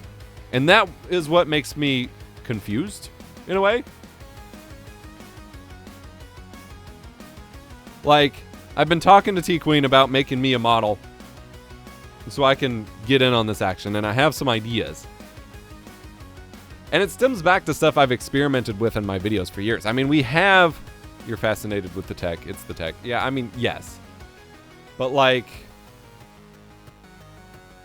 it is the virtual production tech that interests me, for sure. But also think back to, like, even the Starstream character we had going in the videos and stuff. Like, being... okay. I think I see what's going on. Oh, dear God. There's a tutorial. Okay, I can just play with it. We're going to open this up as I rant here. Oh, God, not dark mode. High quality preview, 100%. Why not? I'm on a 4080 at the moment. Look at these anime dudes. That looks like Sasuke. We're going to make a new one. We'll go Fim. Okay. Yeah, so I think Alex highlights actually, like, both of you are blending, I think, what's happening here. I want to get into virtual production. I don't have the space or resources or room in my life to work on a narrative project. And so in lieu of that, I think I am interested in the VTuber stuff as a means of exploring that. Like, if I can just pop out of my stream as a cool, like, Tom from Toonami for just, like, a bit, that sounds freaking exciting. And especially to put it on my CRTs. Like, I would love to have a dedicated camera just, like, framed on a CRT that Toonami Tom pops up and, like, explains what we're doing in the next segment. Like, All right, kids, it's time to kick it back with some Dragon Ball for the next hour of this live stream. Like, yeah, like that would be freaking sick. And I don't have the capacity to do like costumes and shit to make that happen. So I think it is the tech combined with my interests in doing filmmaking that it could enable. These eye options are all just super bizarre. No one's eyes are this big, but also you want bigger eyes to like communicate on camera. We'll go with these. Oh my god, this is Skyrim character creation all over.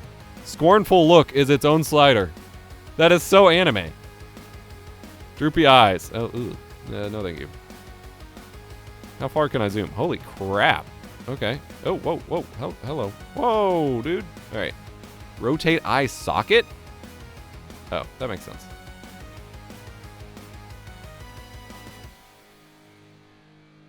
This is... Adobe Anime can get you part of the way. I mean, I guess. Iris size. Yeah. Gaze? Oh, dear God. Just permanent eye roll? It's also relatively easy to find rigged models of those old characters. Yes! Gaze distance? Ah! Why don't they call that, like, I guess maybe it's offensive? Because, like, that's just cross-eyed versus cockeyed to me, but maybe that's not okay to say anymore. I don't know. Nose size. Y'all know I got a giant-ass nose. I got one of them bird noses. Can I rotate? Yeah, okay. Well, it's not that pointy. No size. That is changing nothing, I guess, because... Wait, there's two different nose sizes. What? What? How do you have two sliders for the same thing? Okay, but it's not that... It's a thick nose. It's not a pointy little needle nose. It's got legacy stuff in it still. Oh, okay. I see. Nose bridge prominence. Sure. Get that nose out there. Yes, we are doing this today, apparently. I am okay with that. Alright, mouth. Can we smile? We can smile. Can we frown? We can frown. Oh, that's disturbing. C-axis? Thinner lips? No, I got them thick-ass DSLs. Thick upper lip. You can't see the lip. How am I supposed to know that that's thick? Oh, that's how. Gross. Okay.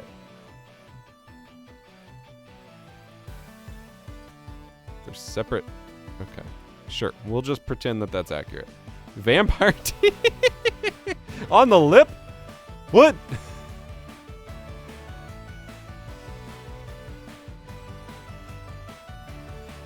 Can I open my... How do you open the mouth? You know what? I don't care. This is not what I'm going to stick with. There are so many options. Holy... Fem outlines. What? Mask out. Oh my god. Why gender that? Why not just make that chin position? Why is this mask versus fem outlines? See, some of that stuff I don't like. That's not okay. Fem nose versus mask nose? That's just height. You already had nose options, bro. Because anime fans are stupid. Fem head. Man. Y'all got some of the most gender fluid people that don't seem to understand gender fluidity. It is super wackadoodle. Alright, irises. Oh, eye sets. Oh my god, I can get those like in love eyes. That's amazing. Where's my like it's time to duel eyes? It's over, Kaiba! Yeah. I'm slowly converting now. I left for a bit, now we're on the... I'm sorry. I could just be total zombie mode. Or like knocked out Yamcha. Has anyone VTubed as knocked out Yamcha? I gotta get them seductive eyes. Can I change colors? Yes. Give me them hazel, blue, blue gray, blue green. That'll work. That's fine. Edit texture. I can apply my own. Okay. What's up, Lance? I remember Demon Souls character creator had a hormone slider. Ah! There's so much wrong with that, dude. That's hilarious. I don't remember that. I can make a lampshade VTuber. You absolutely could. Oh, you could change the sclera? What? Oh my god, yes. Oh, that's amazing. It's so detailed for like... Huh. We'll go with that for now. Oh, you can change the color? Can I make it pink? Like hardcore magenta? Yeah! Okay. I'm digging. Oh, I can search for more? Booth. I'm guessing that's an online store. Oh, that's sclera. That was just highlights. That's whack. Okay. Eyebrows. Where are my thick broccoli eyebrows at? That's what I got. There they are. Well, yeah, that's kind of accurate. Alright, color. Give me that sort of... Actually, we'll just go... Pink hair, don't care. The one thing you can't do in VRoid is edit meshes, so there's a bunch of workaround people do. Yeah. No, this looks so much easier than any character model creator I've ever used. I don't know why I've not looked into this before. Yeah, we need that hardcore, like, we're going to battle squint thing going on. Where's my hair? Skin, face paint, cheeks, lips, mouth, eyelashes. Where's my hair? Oh, hairstyle is a whole separate tab. Jesus Christ. Eyeliner? Yeah, we gotta get the guy liner. Wait, none of these pictures have eyeliner on. Oh, these do. I need my Tom Ellis, like, Lucifer eyeliner. Gerard Way. There we go. That's it.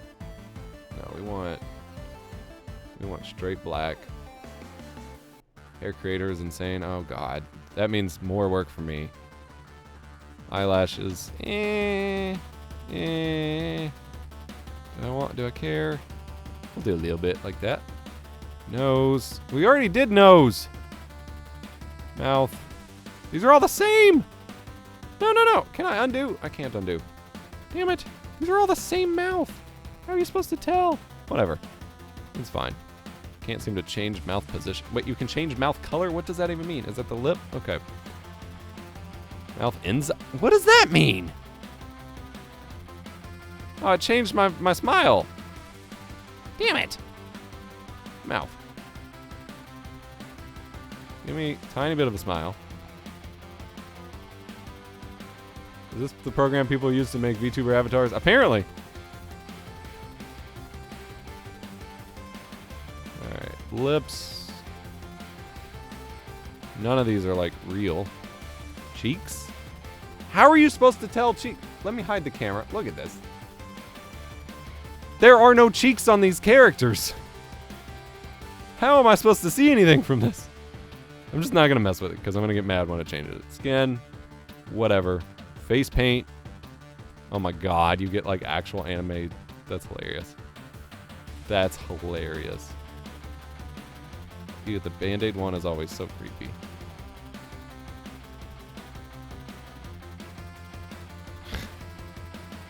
This is amazing.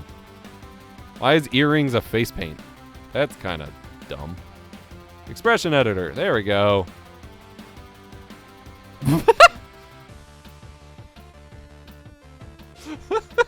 This is so dumb. Oh, that looks horrible. How is that happy? I mean, I guess that's a certain kind of happy.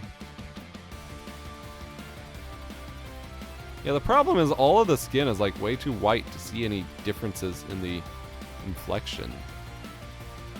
This is fine. Gateway drug for learning Blender. Yeah, that's what it feels like. All right, hairstyle. Thank God. My favorite part of every character creator ever. And if there's not enough hairstyles, I'm going to be pissed. There's not enough hairstyles.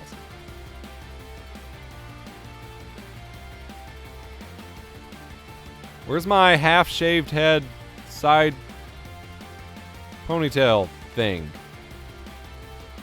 Where are my lesbian cuts, dude? Nah, dog. Every modern game has to have lesbian haircuts, or I'm just not into it.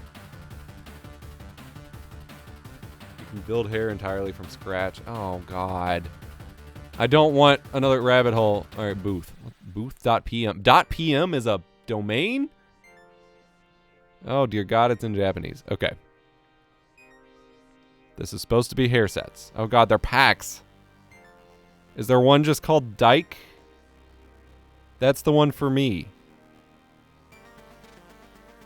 No, these are all just super girly. I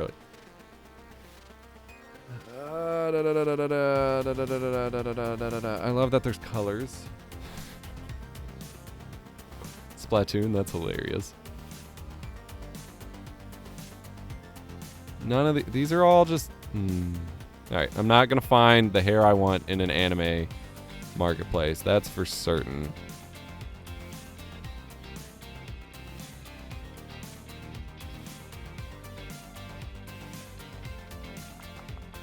Alright, we'll make it work. We'll make it work. That's fine. I'm not going to edit individual hairs. I mean, but what if... Oh, wait. You do cuss... Oh, okay. I completely missed the sidebar that's hidden behind my camera. You can change... like, whole head, front, side, whatever. So I can build this real quick without literally curving every strand of hair. So let's start with... Where is my mouse cursor? Oh, God. There it is.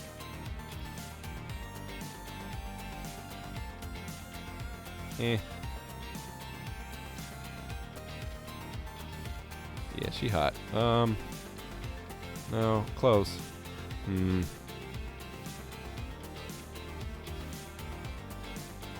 Go messy to start. Alright, front. Oh dear God. So many options. There's a search bar. Yeah, but you think the terms I'm going to search for based on what has just come out of my mouth is going to be there? Back. Ooh, okay. Now we're talking. Where are the ponytails? I want braids. Who braids their hair anymore besides like teenagers? Then again, target audience. All right, that kind of thing I can go with.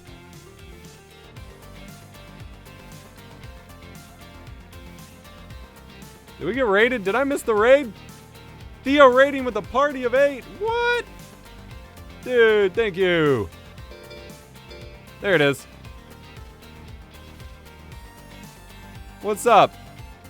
This is the weirdest time to come into one of my streams. This is not what my stream normally is, but we're messing around with the freaking VTuber studio because I ran out of things to talk about. Oh my God, Hunter with the holy whack-a-madoodle. 25 gifted subs, Hunter. Jesus Christ. Well, welcome to my stream. Thank you so much. Get subbed, Raiders. We spent the first half of the stream talking about Twitch enhanced broadcasting, that kind of stuff, and encoding updates. Looking for, if you have, all of you new people, if you have any FAQs, like things you frequently ask about streaming, like best capture card for X or whatever, I have a Google Doc in the pinned chat message. Put them in there. I need to fill out the FAQ section on my website. So, thank you so much, Theo, for the raid. You all are amazing. Thank you for stopping by the stream. I am Addy, EposVox, the stream professor. I typically teach you how to stream. In this case, I am making my anime persona because VTuber stuff is all the rage these days, and that is apparently just what we're doing. Because I got put down a rabbit hole, and once I'm down a rabbit hole, it is very hard to convince me to climb off the ledge. As many of you know.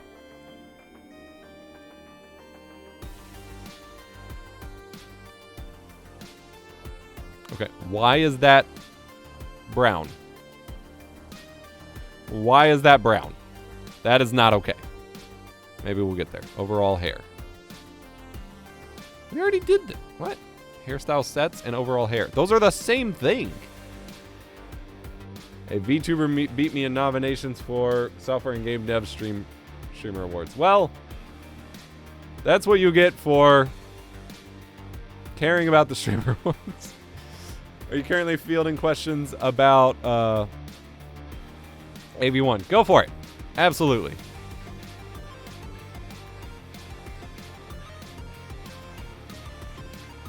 Oh, I can add a ponytail. Okay. Someone tell me why this undercut here is brown. I do not have any brown in my hair selections. All right, side. There is no shaved side.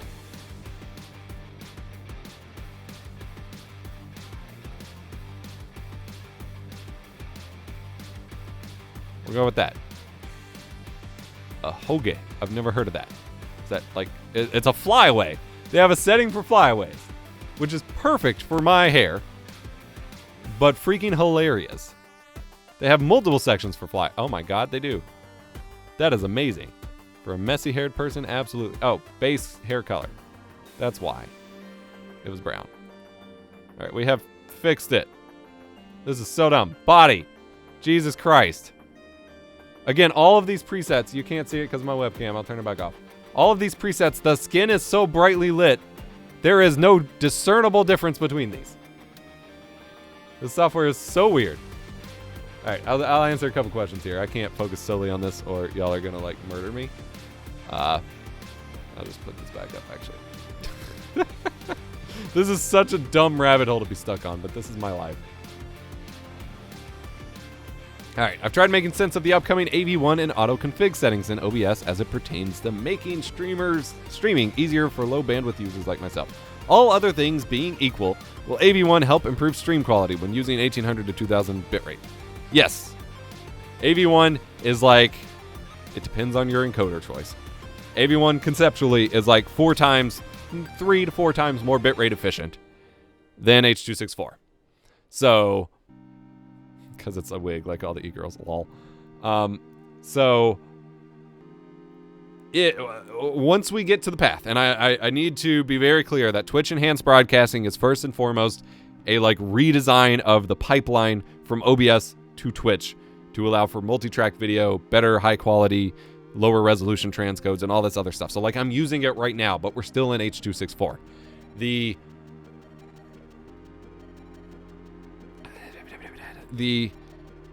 That is what the current stage of this update is focused on. Once we get down the road to unlocking AV1 and HEVC and all of that, it is extremely more highly efficient than H.264. Now, you will theoretically, none of this is confirmed, but like the thing they're toying around with is you will also theoretically be able to leverage HEVC or H.265, which is available on way more GPUs than AV1 is, and on newer GPUs like RTX 20 series and newer, is significantly more bitrate efficient than H.264 as well.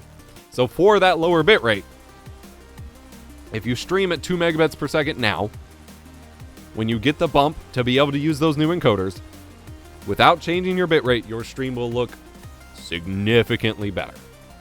Now, you will also have to send an H.264 stream alongside it for compatibility reasons, and unless they unlock individual streaming for this. As things currently are, you would have to send both, so you might actually have to bump down your stream. So I don't know how they're going to land on that. But if we're just going head to head, like 2 megabits per second, AV1 versus H.264 right now, yeah, absolutely. Night and day difference. I have a stream VOD. I believe it's on Lost Saves. Let me pull it up here. I have a stream VOD where I tested cranking down the bitrate at 1440p down to like 500 kilobits per second. And the quality was insane. Yeah, here's the 1440p one. I'll just throw this in chat.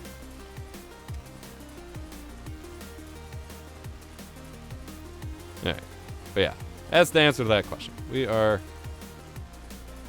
Feel free to ask whatever. I'm just going to try to finalize this model real quick. I don't understand why these body presets look exactly like, what is the point of giving me presets if nothing changes? Alright, I got scan. I don't care about that. Height. Why are there different film and mask heights? God, that's so dumb. I would use H.265 for recording and rendering, although a lot of videos I do render them at H.264 if there's a lot of fusion files in the video. I'm not sure I understand why rendering H.265 is usually faster these days. Wow. Mask height is just whole body size. Film height is just like taller and skinnier. That's so cringe. Anyway. Big head mode, Unreal, activated. Let's do some Instagib. All this is fine. I don't really care. Chest prominence. Is that just a boob slider? I think so.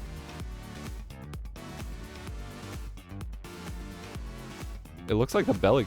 I think it's like barrel chest. That's funny. Oh, and there's separate chests. Yeah, that's boob side. Okay. Of course it is. So yeah, that's just barrel chest. What? I don't understand some of these sliders. Some of them, one, like, brings it back inwards. Just do. Yeah, I don't. That's really confusing. Alright, I don't care about the body size. Like, I'm not gonna mess with all that. Outfit. Oh god, there's so many clothes. No, I'm not doing maid outfits or schoolgirl outfits or to-be outfits. There we go. Solid Snake.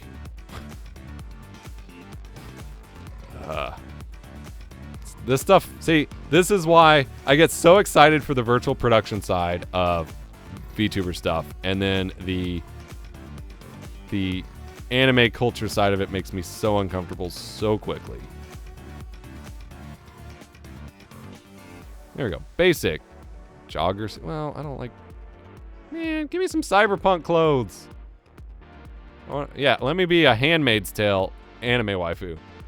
We'll just do the Solid Snake combat Splinter Cell outfit. That's fine.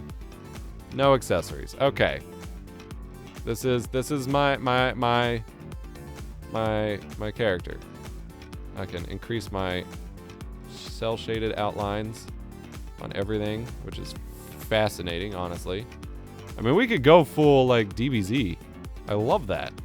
Rim light? Yeah. There's no lighting in the scene. Like, what? That doesn't make any sense. It's all just flatly lit. All right, that's fine. All right, how do I save it? Export. Export as VRM? Oh, I can export it to 3D print. That's hilarious. Wait, is she wearing heels in this? Whatever, it's fine. All right, export.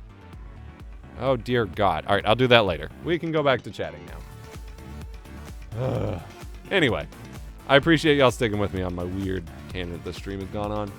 Either way, super exciting. Streaming from the boonies is rough on DSL. For real. That's why I got this low quality mode. I can turn on if we want to go all the way. All right, hey guys, I'm streaming here from the McDonald's parking lot. Anyway, oh yeah, I was saying H.265 typically renders faster, so I don't think that like using H.264 to export just because you have Fusion really makes a lot of sense. Thoughts on the OBSBot Tiny 2? I don't think I've used the Tiny 2. But I'm a fan of those kinds of webcams, but I definitely prefer the Insta360 link. I'll turn the filters off. I'm sorry you don't like my Skype call quality.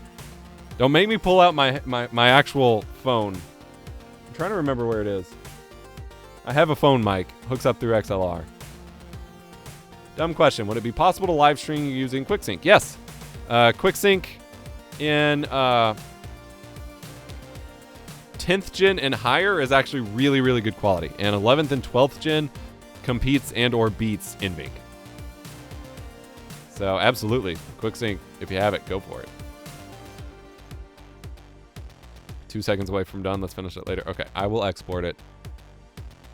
Do I need to use VRM 0 or 1? I'll go on and throw my name. Stream dummy.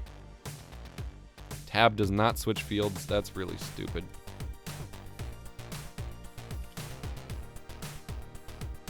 Doesn't matter really. Okay. 0 for safety. There's a lot of options for that export. They take ownership of your asset flipped virtual models very seriously. Publishing rights and stuff for stuff that's just using built-in assets seems a little shady. But hey, maybe that's just me. I'll go on and send this to you. 16.2 megs, not bad. Anyway. They have a whole ecosystem. Of course they do. Is Skype retro now? Yeah, I mean, basically. Like, it hasn't been relevant and useful for I would argue 6 years. They tried to make a comeback when they integrated NDI in like 2018, and that was a really cool feature, and it's still ridiculous that Discord hasn't done it yet. But they didn't fix the like account hijacking malware issues very quickly, and it just kind of fell off. Like everyone just switched to Discord. I switched to Discord instantly. And they started deleting everyone's like message histories. And it just fell off. But I mean, it's 20 years old. It's retro. So theoretically, I could live stream on an Intel N100. If it has hardware QuickSync, yeah. Whether it'd be a good idea, that's a different story. Because you do still need, with OBS, you still do need GPU power for your scene compositing. Like all this with the assets, the pop-ups, all of that, that is rendering it like a video edit or a Photoshop edit or a game on your graphics card. So you do still need a baseline of power for that. Dude, Pigeon was my favorite app of all time. I felt like such like a hacker in middle school and high school with, most likely high school, with my flash drive loaded up with Portable Apps Launcher and Pigeon and Thunderbird and Firefox Portable, using instant messaging wherever I went. That felt like the coolest freaking thing. Pigeon is still developed. The guy works on it on Twitch. For what? What instant messenger are people still using? Like, IRC is still around. I don't know of any of the other services that Pigeon supported that's still around. Yeah, having that one client for your 3 MSN accounts, for your 2 AIM accounts, for your Yahoo account, and for that one weird friend that was like on Google Chat or XMPP or something was so cool. And to be able to take that with me to school with all of my documents and like all of my logins and Firefox and stuff, like the portable apps era was freaking incredible. And obviously we don't really need it these days with like smartphones and tablets and whatever. But that was so cool, especially with my first like 512 meg flash drive. I felt like I could fit the entire internet on it. Those were the days, man. Yeah, I've been porting it to V3 for like a decade. Yeah, for who to use it? What bugs me is I know some people who still use TeamSpeak and refuse to use Discord. So when I jump in their server, I have to use TeamSpeak. That's hilarious. I mean, there's still some value. Like, you kind of lose a lot of the drama if you don't stick with Discord by using TeamSpeak. Like, you're just there to chat about the game and whatever. TeamSpeak and Vent and Mumble, whatever, like, they had a lot of value when you were in the age where you could just sit and voice all day. When you could just, like, keep it up. And, like, just kind of unmute your mic and be like, hey, what's everybody doing right now? You want to pick up a game or something? But when you're an adult, you have people you live with, you have responsibilities, a job, and you can't just sit in a voice chat all day. It's a lot easier to have Discord. TeamSpeak, I'm sure, for latency and all that stuff, I'm sure is a wonderful value. Absolutely. I'm at the point, I have a lot of disagreements with how Discord has been run since the start of the pandemic. If you were unaware, they have bloated to nearly 10 times their size as a company over the pandemic. They started with like 130 something or 160 people. And then in like 2019, when they got all that investor money from Microsoft and Tencent, they have a lot of investment from Tencent, who just data farms, by the way, just to be clear. They blew up to over 10,000 employees. And then they just let go of 170 in layoffs, which, to be fair, 170 out of 10,000 does not sound like that many, but that is more than they had before they inflated. And with that came a lot of bloat and a lot of nonsense to the platform, and they have gone so far back and forth with every initiative they have launched with regards to like live streaming, creator support, the partner program, any of that stuff. They have just failed to launch over and over and over because there are just like too many cooks in the kitchen or something. And they have just they revamped their partner program at the start of the pandemic in 2020 with some really great ideas. And then just kept having a revolving door of people. And then it's completely falling apart. And it fell apart like a year or two ago. And now they've recently just kind of shut it down again. and they like don't know what to do with their program. And I think it's gonna be scary once it starts closing. But what I really don't like about Discord, and I am like Discord's #1 fan. I still use Winamp, by the way, Lord of Goats. As someone who has been like a huge advocate of Discord, I have talked about it, promoted it, shared features in my videos since 2016, 8 years now. I run a server with over 10,000 members. We were partnered for a couple years. I have the merch, I have my partner hoodie, I have the plushie, I have presents they sent on Christmas. Like, as someone who was a huge fan of Discord, I have these issues that are continuing to grow now, but my biggest issue with Discord is how people use it. So many websites, forums, and wikis have shut down and moved their information to a Discord and completely disrupted the flow of information on the internet. Discords are walled gardens of information that are completely inaccessible, really not built to hold just information in the first place. Like, it's an instant messaging program, not a wiki, not a forum. It's not a blog. It's not meant to hold information in that way. But everyone's moved their stuff in there, which means you can't search for it on the internet, in a search engine. And it's just like inaccessible to find stuff. And it's really disrupted how the internet has worked. And it blows. It really blows. And so, between the fact that you can't self-host a Discord server, it's owned by someone else, they can kick you out or get rid of it at any point in time, and the information doesn't exist on the rest of the internet, I am seeing a shift in 2024 to move away from that. And so with that, I'm actually launching my own forums for the first time in like 15 years. I used to be big with PHBB and stuff back in the day. I used to do lots of goofy forum stuff. I have not had one myself, and I've looked at what we have done since 2016 with my Discord server. I'm proud of the work we did. I'm proud of the community we've built. We provide tons of tech support for streamers and content creators, and we've done downloads and game nights and all sorts of stuff.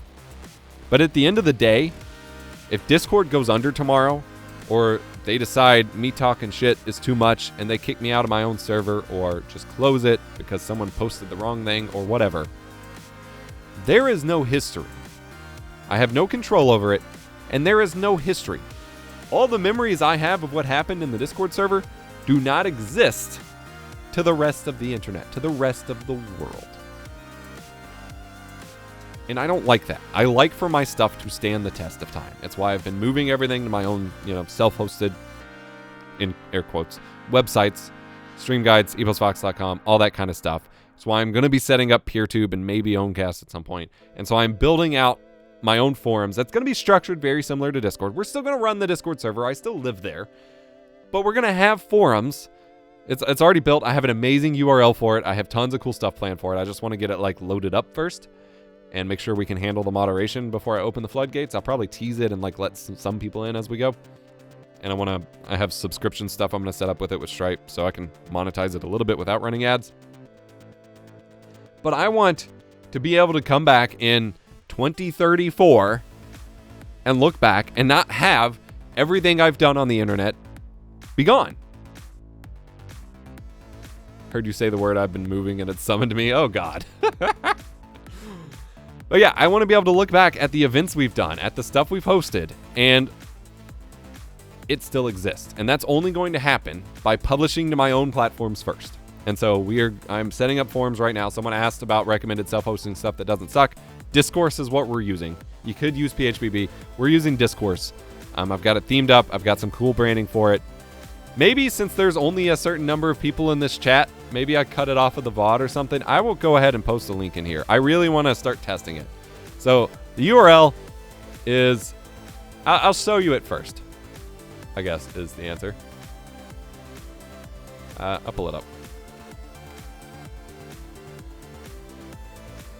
So it's not super amazing yet. I'm going to hide my webcam. But it looks a little different than your standard vBulletin or PHBB, forum would look.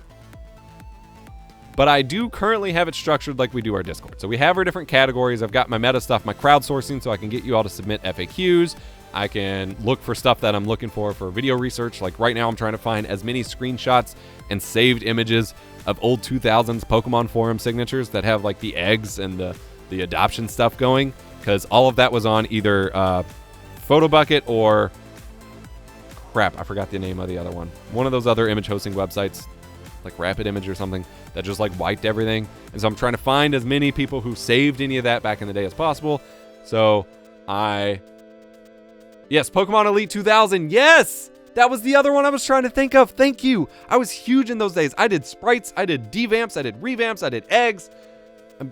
I'm trying to find that stuff to reference for a video, and it's very hard these days. Most of the forums are gone. Nobody saved anything. Waiting for the forums to crash now that he showed it to 120 people live. Yeah, you can sign up if you want. But I had the categories laid out kind of like the Discord. Again, I'm gesturing to the camera, and I just hit the camera. Whatever. So we got tech topics. We've got arts and creativity topics. We got gaming chat. I do have the demo disc section to go with the name, which I'll, if you can't see it yet, I will show you in a moment. We'll go ahead and make this a little bigger anyway. And I'm going to be uploading all of my demo discs that I archive and like upscale and all that stuff here as well. All of them go on Internet Archive, but here I'm going to be like thoroughly documenting what's in them, so that if you want to search for demo discs that you might be remembering or something, it's up on IA, and I'm going to put them up on Mega. I have the individual trailers and wallpapers and any audio like extracted, but if you want the demos, you got to mount the ISO and do it that way. I'll have them for PlayStation, for PC. At some point I'll do it for Xbox, but I have to dump them on my Xbox itself, so that gets a little more complicated. So we got gaming, we've got arts and crafts, we've got tech, we've got the meta stuff, and then there is just a general chat category.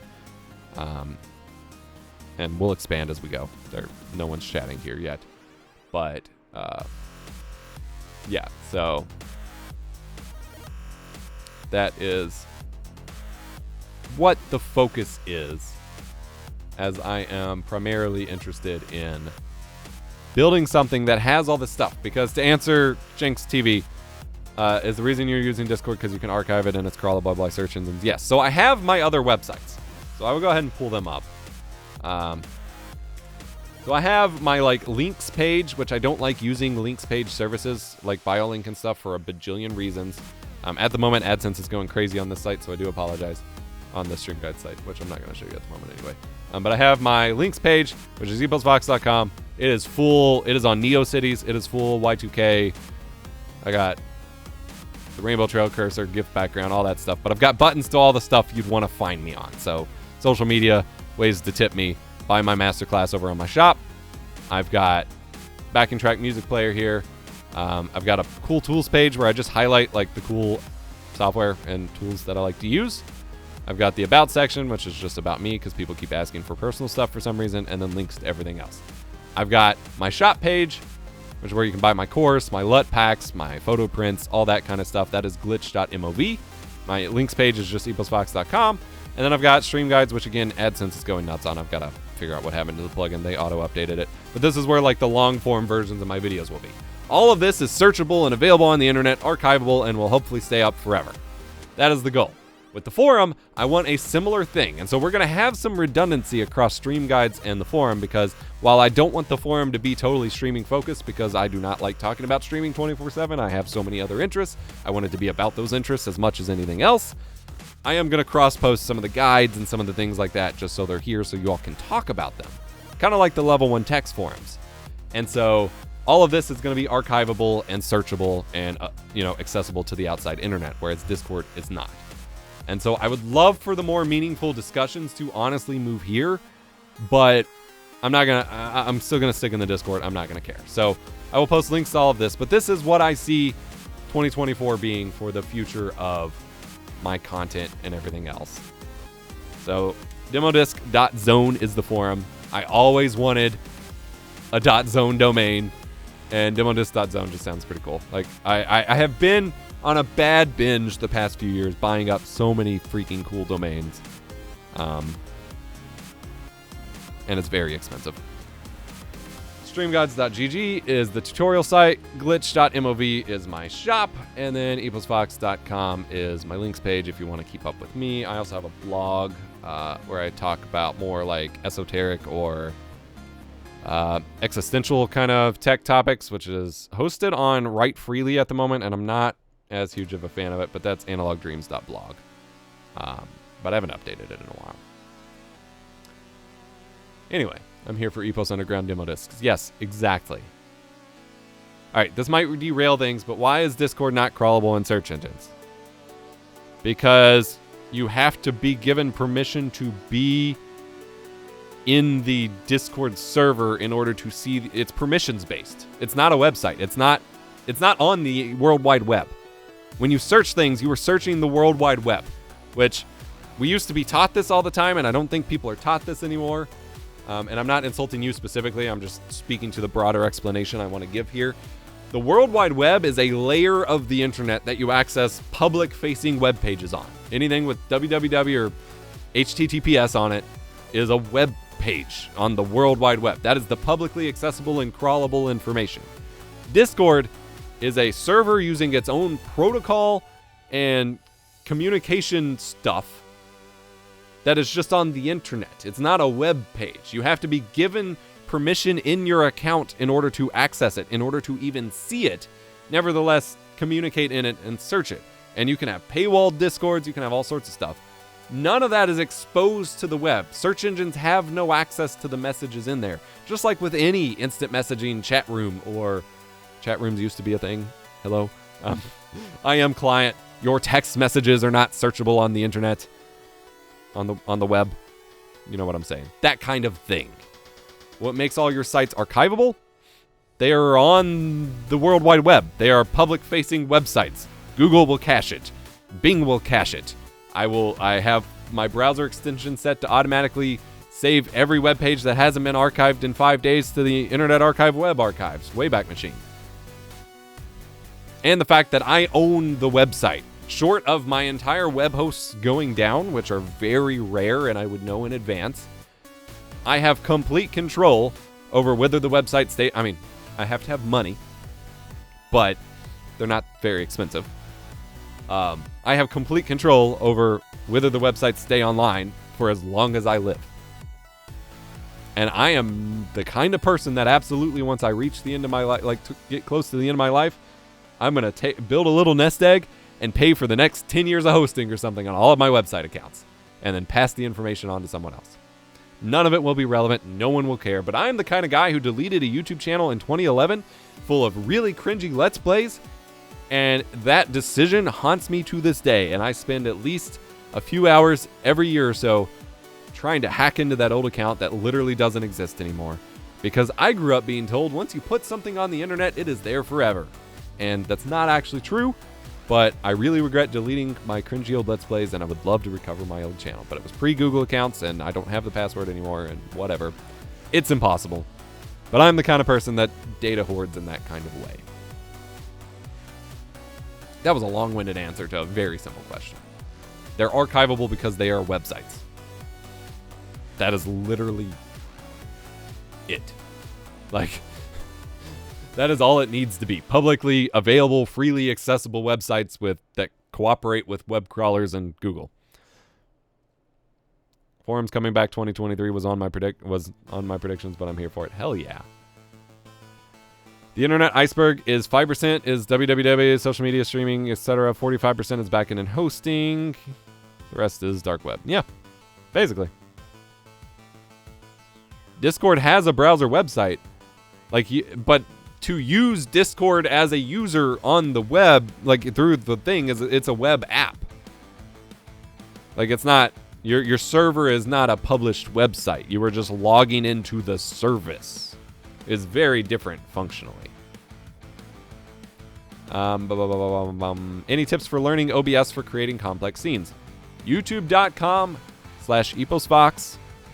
And if you need more help, glitch.mov is my shop where my definitive guide to OBS is up, and you can use the coupon code is still active relaunch to save a significant amount of money on that.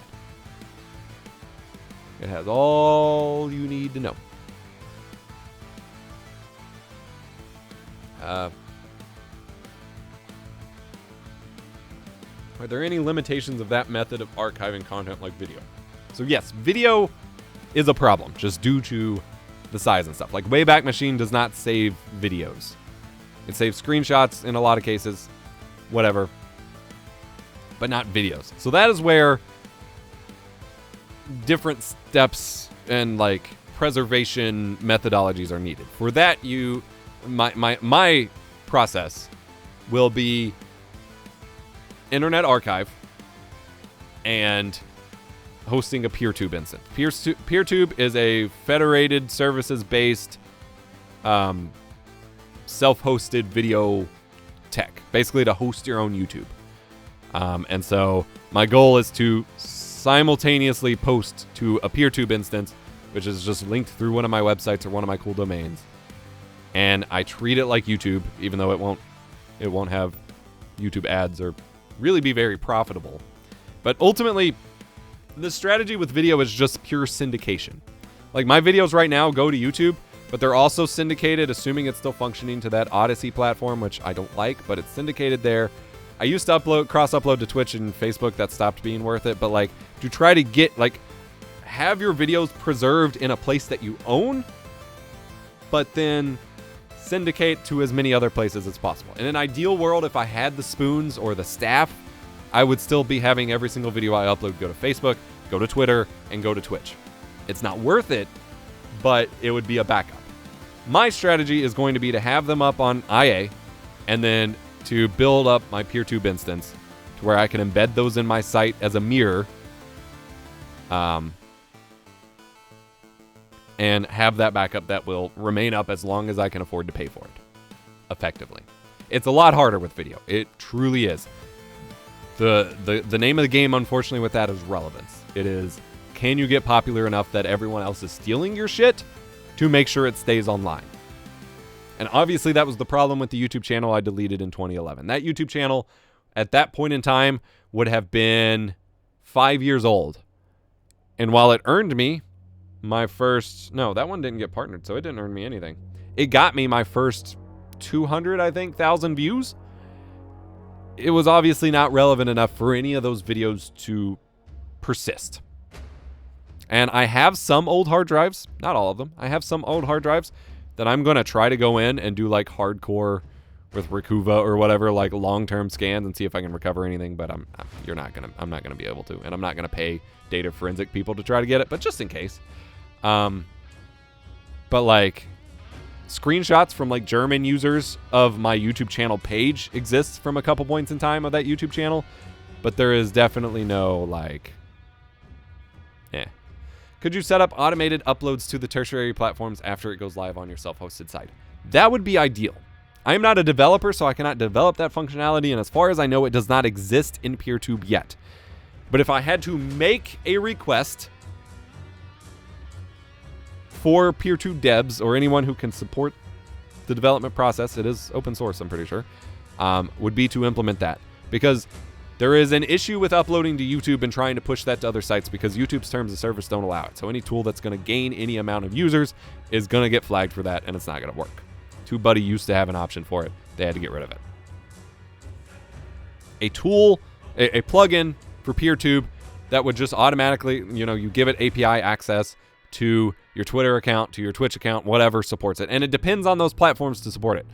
Weird things like Twitch probably doesn't support video uploads through an API because they don't want you, like, they don't care about their VODs in the first place, their uploaded videos in the first place. But, a plugin like that could automatically syndicate to those extra platforms, I would be on day one. That would make my life so much easier. Because the problem I run into is the requirements to upload a video to Twitch and to Facebook and whatever, to like all the different metadata and way you address all of that is completely different platform to platform, and so it just becomes not worth it. But if there were an automated solution, if Cujo has one, I will be on it because that would save me so much effort and give me peace of mind. I don't care if people watch my videos on Facebook. I would love whatever additional discovery I can claw from it, but I don't expect it to be much, especially because I don't Facebook's one of those things where you have to pay to access your viewers, and you got to put in advertising. I'm not going to do any of that, but like just as a backup, just so it's there, I would love, because you never know what random thing is going to go viral on what platform. I mean, that's why I used to. I don't at the moment. Just, again, for the same reason of spoons and capacity. But, like, I used to post every YouTube short. Do YouTube Shorts, Instagram Reels, and TikTok. And it would be fascinating to sit here and look at what blew up on TikTok and got nowhere on YouTube. And what blew up on YouTube but didn't exist on TikTok. Like, those kinds of things. You never know what's going to blow up on what platform. And so, syndicating at least, gets you in the door for that too. Like, you want to get your feet in the door. I guess is all I'm saying. I lost my train of thought, honestly, at this point. So, yeah. That's why social media agencies are popular these days. Yeah, and most of them do a bad job. But that's okay. That is why they are popular. You are correct. Because the grandpa at the company doesn't want to deal with that. And it's understandable.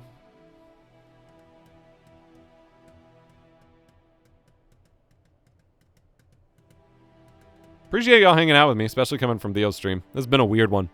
I don't get to stream that often. Like, as the guy who teaches streaming, all of my time is spent behind the scenes working on the teaching.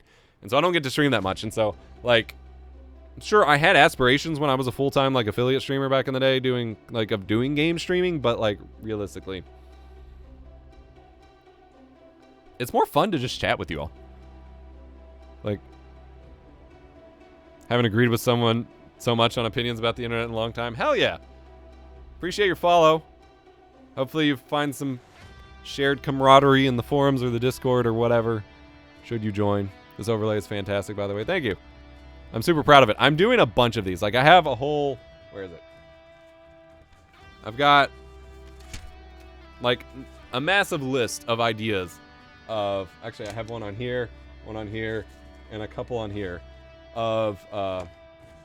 overlay ideas, layout ideas that I want to do. I want to do a whole bunch of like classic MySpace Friendster tagged kinds of layouts, and then like go back to like old school sci-fi tech stuff. Most of the times I can never catch on streams being in the UK where most streamers go live at 2 a.m. Yeah. I'm one of those people, I usually can't stream until after my kid goes to bed, so I gotta... Hi from Mexico. Hello! Pindalupe? Probably said it wrong. I am sorry. Lo siento.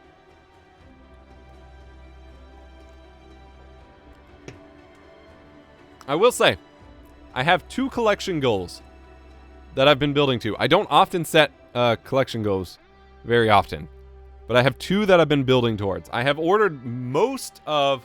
I have some of them in.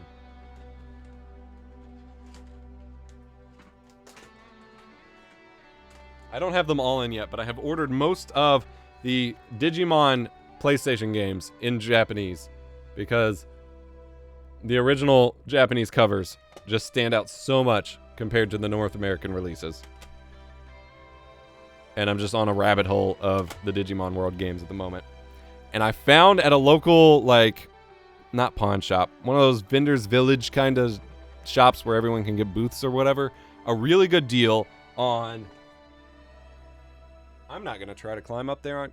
Well,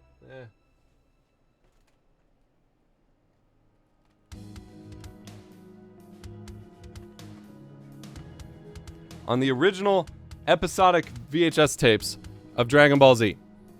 So these are 1 episode per tape, but they have the mural things on the side. I have one of these from when I was a kid. One of them I had from when I was a kid, but they had a couple big stacks of them with, like, chunks of the mural from like right before the Boo saga here, from the Babidi saga. And so it is now a collection goal of mine to get all of the Digimon World games. I have most of them in English. I've had some issues ordering the DS ones from a seller, so I'm having to play with that. But I want to get all the Digimon games in Japanese and English. And then I want every single episode of Dragon Ball Z in this tape format. And I want to take a wall in my house. I'm not going to have room in the studio, so it's got to be in the house. And just put up shelves and just do the entire mural, like floor to ceiling. I want the whole mural. So that'll be a longer term collection goal, obviously, for many reasons. But that's what I'm working on. I keep renting the VHS for Future Trunks versus Frieza fight from my local library. It was goated. Hell yeah. I kept watching. I had the tape for I still have it, but I have the tape for Super Android 13, the movie. And so I've watched that like 500 million times. I miss VHS. VHS is the best. I collect VHS because there's just a certain vibe about watching movies that way that can't be beat. And it was far superior to DVD in most ways. Unskippable ads is horrible. Are horrible?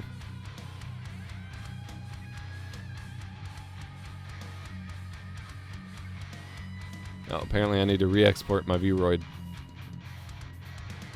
With transparent mesh turned off. Okay, uncheck. Export. Export.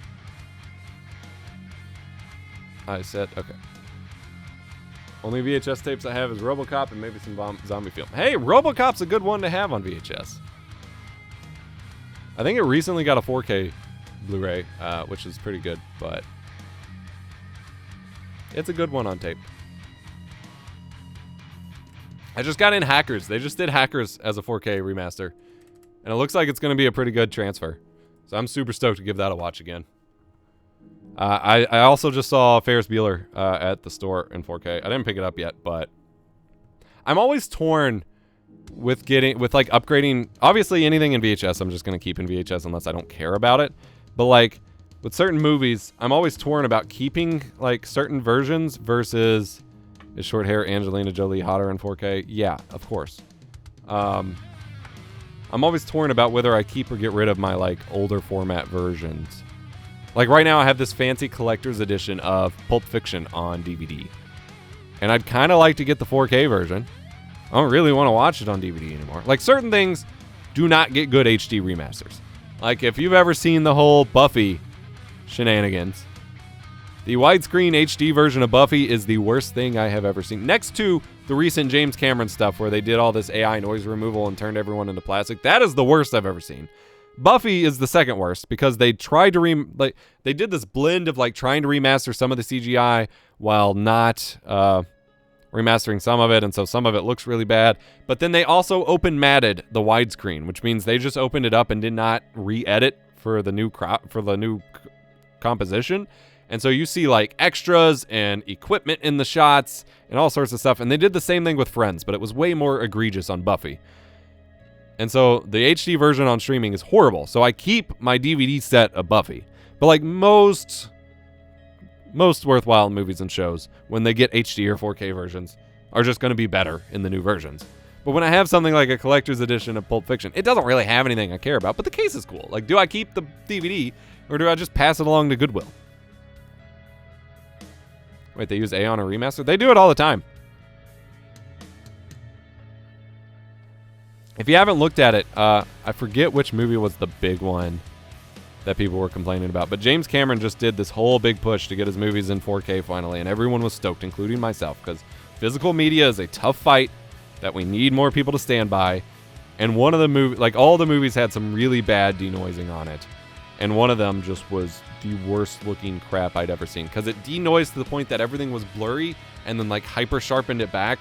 And so you have with AI sharpening, and so you have situations where like there's clear shallow depth of field, but the AI sharpening had tried to resharpen them back in and made them look deformed and funky and ruined the whole like feel of the shot.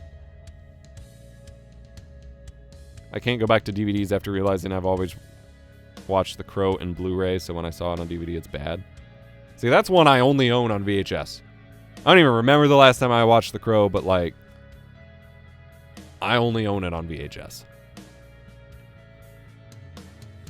Seems to be an audio desync on stream. Well, we have been running for 2.5 hours on a beta pipeline to Twitch, so checks out.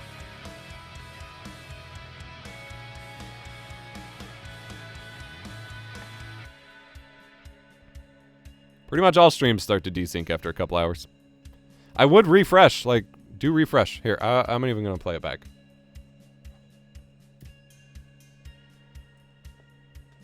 Let's check it out.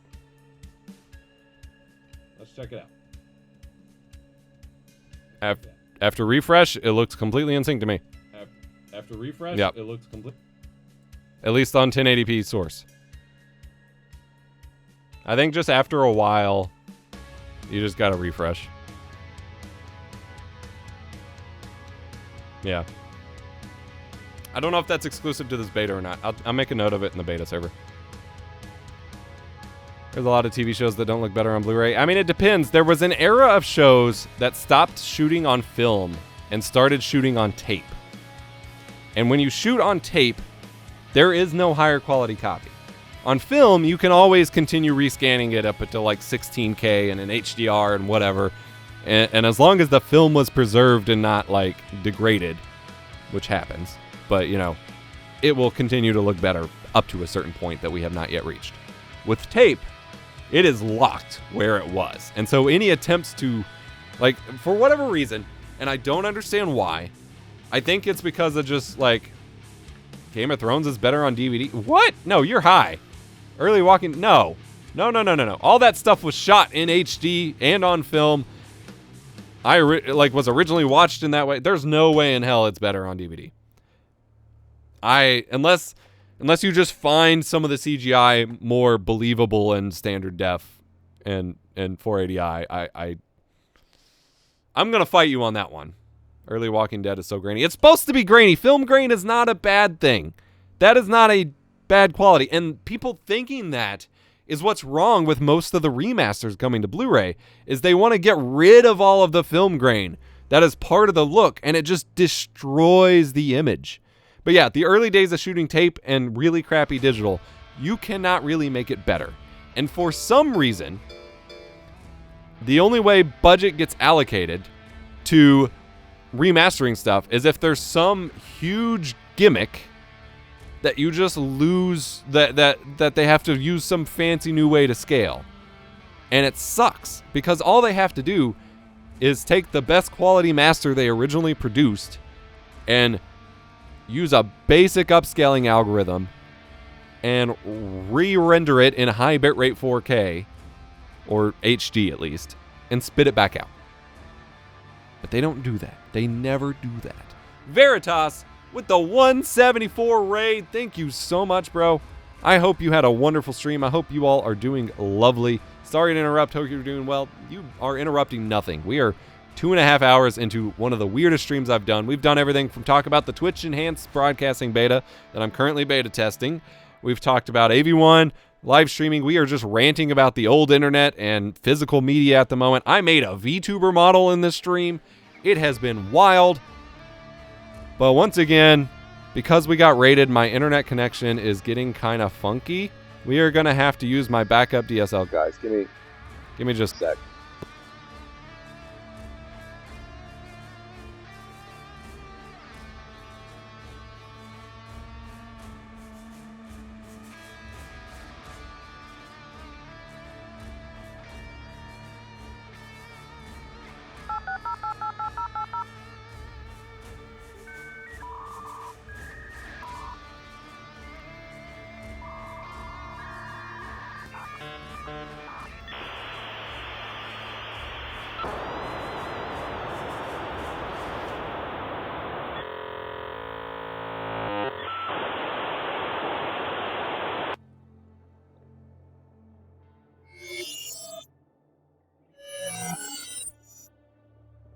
Alright, we're back up in the Walmart Wi-Fi. Thank you so much for sticking with us. Once we get a certain number of viewers, my internet connection just starts really getting kind of crappy, and we got to boot it back to the Windows 98 rig under my desk and the Walmart Wi-Fi. Appreciate y'all sticking with us. I will turn the mic effects off now. I got to do this gimmick every time. Oh my god, what did I come back to? You came back to my dial-up stream, man. Or lady. I was going to say, Trailer Park Boys got so much worse as soon as they shot in HD. Yeah, I mean, a lot of it comes down to, like, productions being pushed to use the newer cameras, or maybe, I mean, it was cheaper in some ways than, like, film, obviously. Before they really learned it. And you see a lot of that in that awkward transition of media. I consider those transitions kind of like the trend phases that music producers go through. Like, a lot of rock and pop rock and stuff, music from early 2000s is very muddy and flat. Like, 80s had a bit of the V curve. Late 2000s and a lot of pop music had, like, heavy bass. Early 2000s rock and, like, pop rock kind of stuff was just very flat and muddy sounding, because that was just the trend. Like, they were bouncing back from the 80s sound, I guess, or whatever, and it sounds like ass. Like, I am a massive freaking fanboy for Paramore. But some of my favorite albums are just mastered like shit, and I always have to EQ them. It's the same thing with like phases of movie production. Like whenever they get new tech and they don't know how to use it yet, they rush to use it sometimes, or they have to for budget cuts, and it ends up looking worse. And that's what remaster jobs should go back and fix. Like they should do their best to try to fix that, but instead they just keep tackling film grain, which people want. Or they widescreen it when it wasn't shot for widescreen and ruin the composition, which no one wants. Like, let the normies complain about pillar boxing and just keep the original, like, intention in mind.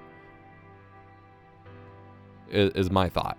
Like, I would love to be in charge of remastering old stuff. Before G4 TV came back in 2019, I guess 2020, before they came back in 2020, I had spent years trying to hunt down quality archives, because all you can get of the old school X-Play and Attack of the Show and Tech TV stuff is just completely spotty and absolute garbage tier YouTube uploads. Their website uploads and whatever is down. And so I spent years trying to find someone that had good rips somewhere. Couldn't find it. Spent 6 months emailing people at Comcast that I thought might be relevant to the situation to effectively send me the tapes to digitize and remaster myself. Free of charge. Obviously never heard back, but I was trying to be persistent because I would love to be in charge of some of that stuff, because so many just make freaking ass backwards decisions that don't need to be made. It is really basic to make a meh standard def video look watchable in HD or 4K.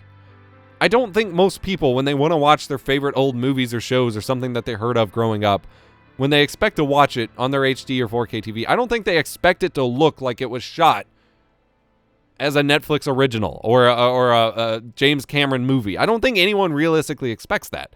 They just want it to not be interlaced and not be compressed to shit. And all these remastering, whoever, I don't know if they're firms, I don't know if they're specific groups, I don't know if it's someone who got a made-up college degree in remastering. Like there used to be a ton of people who, companies would introduce me to them as this person got their degree in YouTube, and they thought that was so cool, and I didn't have the heart to tell them it was utter nonsense. I don't know if it was someone like that. I don't know who is in charge of these things and pitches these ideas, but someone gets a harebrained idea to do it in these ass-backwards way, and it just absolutely trashes the media. And I want to be the reasonable guy that's just like, here's some cool upscaling algorithms that don't use AI. Here's the way to do it sharply. Maybe we can do a color pass on this. Use the source masters and not compress. Make sure it's deinterlaced properly. And that's it. Give it a X265 burn to a Blu-ray. And we're good. That's all you gotta do. And if anything, stop trying to remove film grain and maybe add some film grain to stuff that didn't have it that probably needed it. Like, the easiest way to make really crappy CGI or graphics look a little bit more compelling on modern displays is to add film grain or add like CRT filters that are actually good, and it immediately looks way better. I don't think CRT filters are scalable for remaster jobs because they don't work at different resolutions and whatever. It would work on a Blu-ray, but not on like the digital versions.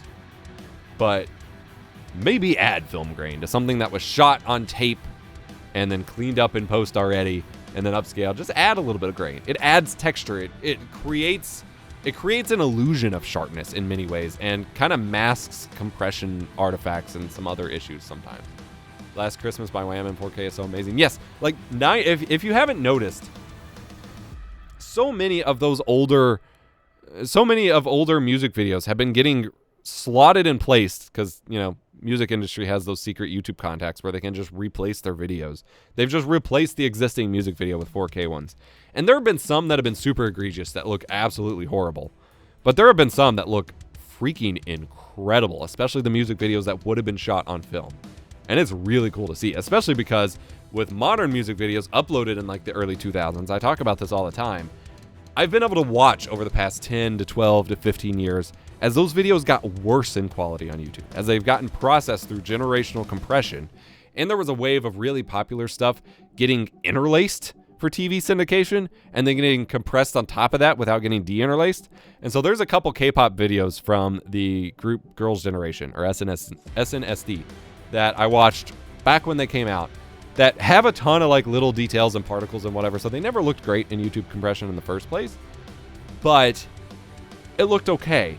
And over time, as it got reprocessed in different ways, it started looking worse and worse.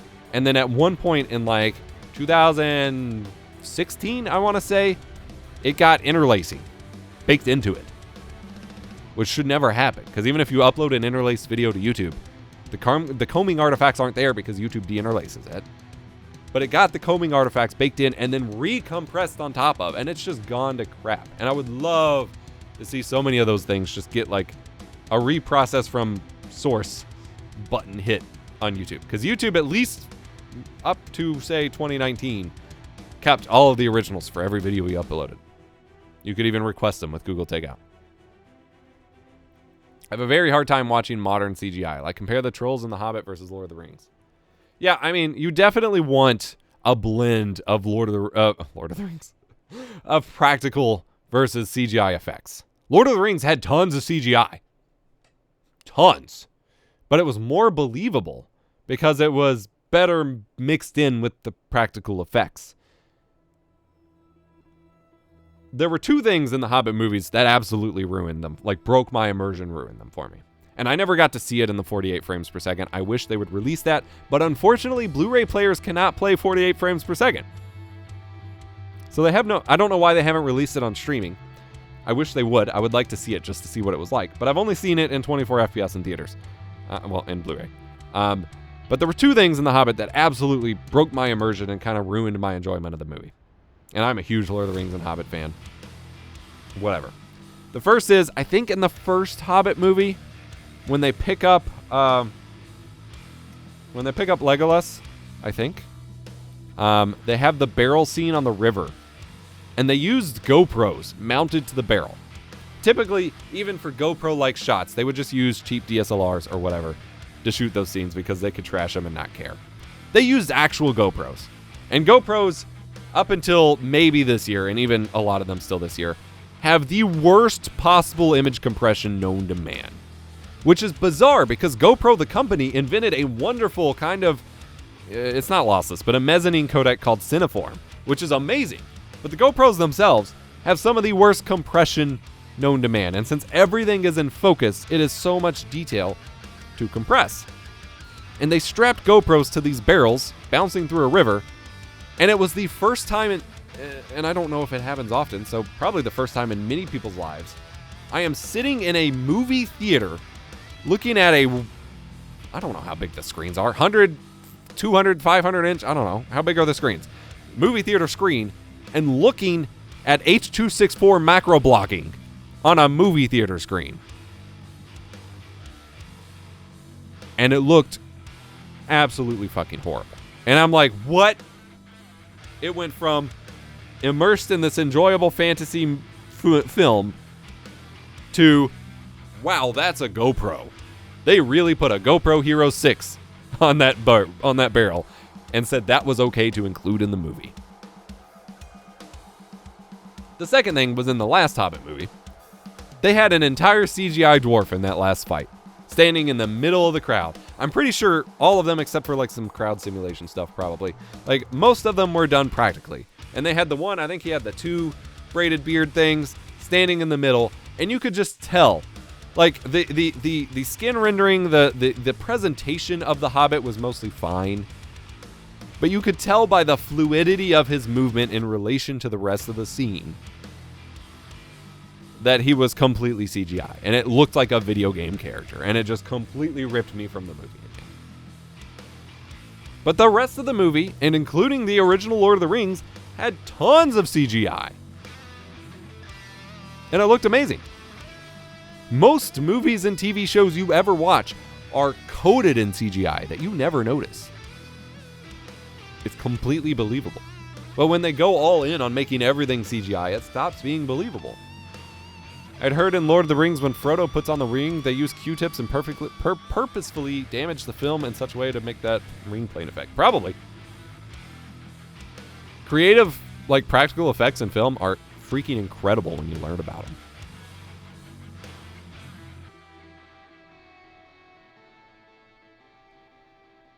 I mean, it's the same thing with Star Wars. Like, I have a really hard time watching any modern version, like modern release of the original Star Wars trilogy, because all of their attempts to upscale or recreate the CGI just look so fake.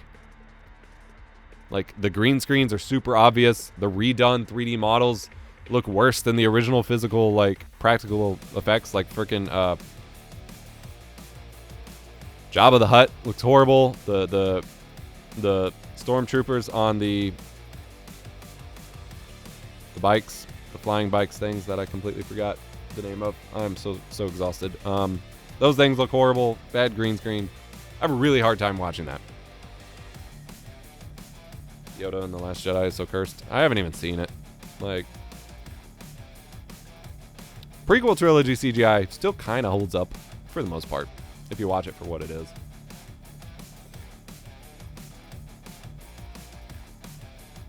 But it was made with much more digital tools. A lot easier to recreate. I mean, Attack of the Clones, Yoda jumping around, fighting, what's his name? I don't know if that was Attack of the Clones or Revenge of the Sith. Whichever one had Yoda, like, hopping around doing the lightsaber fight. That was very video gamey, but Dooku, yeah, Count Dooku. That one was clearly CGI and looked like a Xbox 360 game, but that's okay. That was way before the Xbox 360 came out, so. And it was really freaking cool to see Yoda just bouncing all over the place, flinging his lightsaber. We didn't care. We didn't care that it looked bad. But then they go too far in the other direction, like the scene of Grogu. Grogu? Is that how you say it? I've not even watched it. In Mando, when he's like, the puppet is hopping around, and that looked freaking horrible. Now, part of the charm of Star Wars with practical effects is supposed to be the camp from that kind of stuff, but, like, they really picked up that puppet and thought it looked good.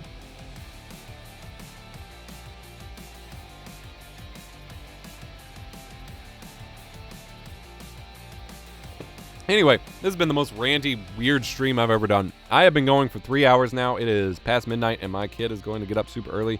So I do need to wrap it up a little bit. I super appreciate y'all hanging out with me. I appreciate Theo and Veritas for the raids. That was amazing. Thank you, Hunter, for all the gifted subs. If you have any streaming or capture-related FAQs, pinned Google Doc. I will go ahead and post a link again in the chat. Go check out the forums if you want to sign up and get in early. That's demodisc.zone. It's glitch.mov. Pick up my OBS course, Master OBS, become a good live streamer or content creator or whatever. Please go pick that up. Relaunch me. All one word. Relaunch. No, just relaunch. Relaunch. All one word. Coupons save you quite a bit on that course, or you can pick up our synthwave USB cassette tapes, anything like that. YouTube.com/EposVox, EposVox.gg/Discord. You know all the shit. I'll see you next time. You all are amazing. Remember to be kind. Rewind. And I have one more little beautiful thing to show you as we wrap up here. See ya. Damn it. Not that. Okay, so I completely forgot. You're not going to hear me over the dial-up. I completely forgot that source or transition override in this OBS beta does not work. Hang with me. I want to show you the thing. But now we got to wait for this whole dial-up thing to play out. I'm definitely going to make a shorter version of this. And Ice, you missed the section where I'm insisting that we get an EDM or dubstep or drum and bass cover of the dial-up sound. Okay. So I have to manually change transitions because this beta is busted. Now we end the stream. Thank you guys. Love ya. Peace out. I will see you later.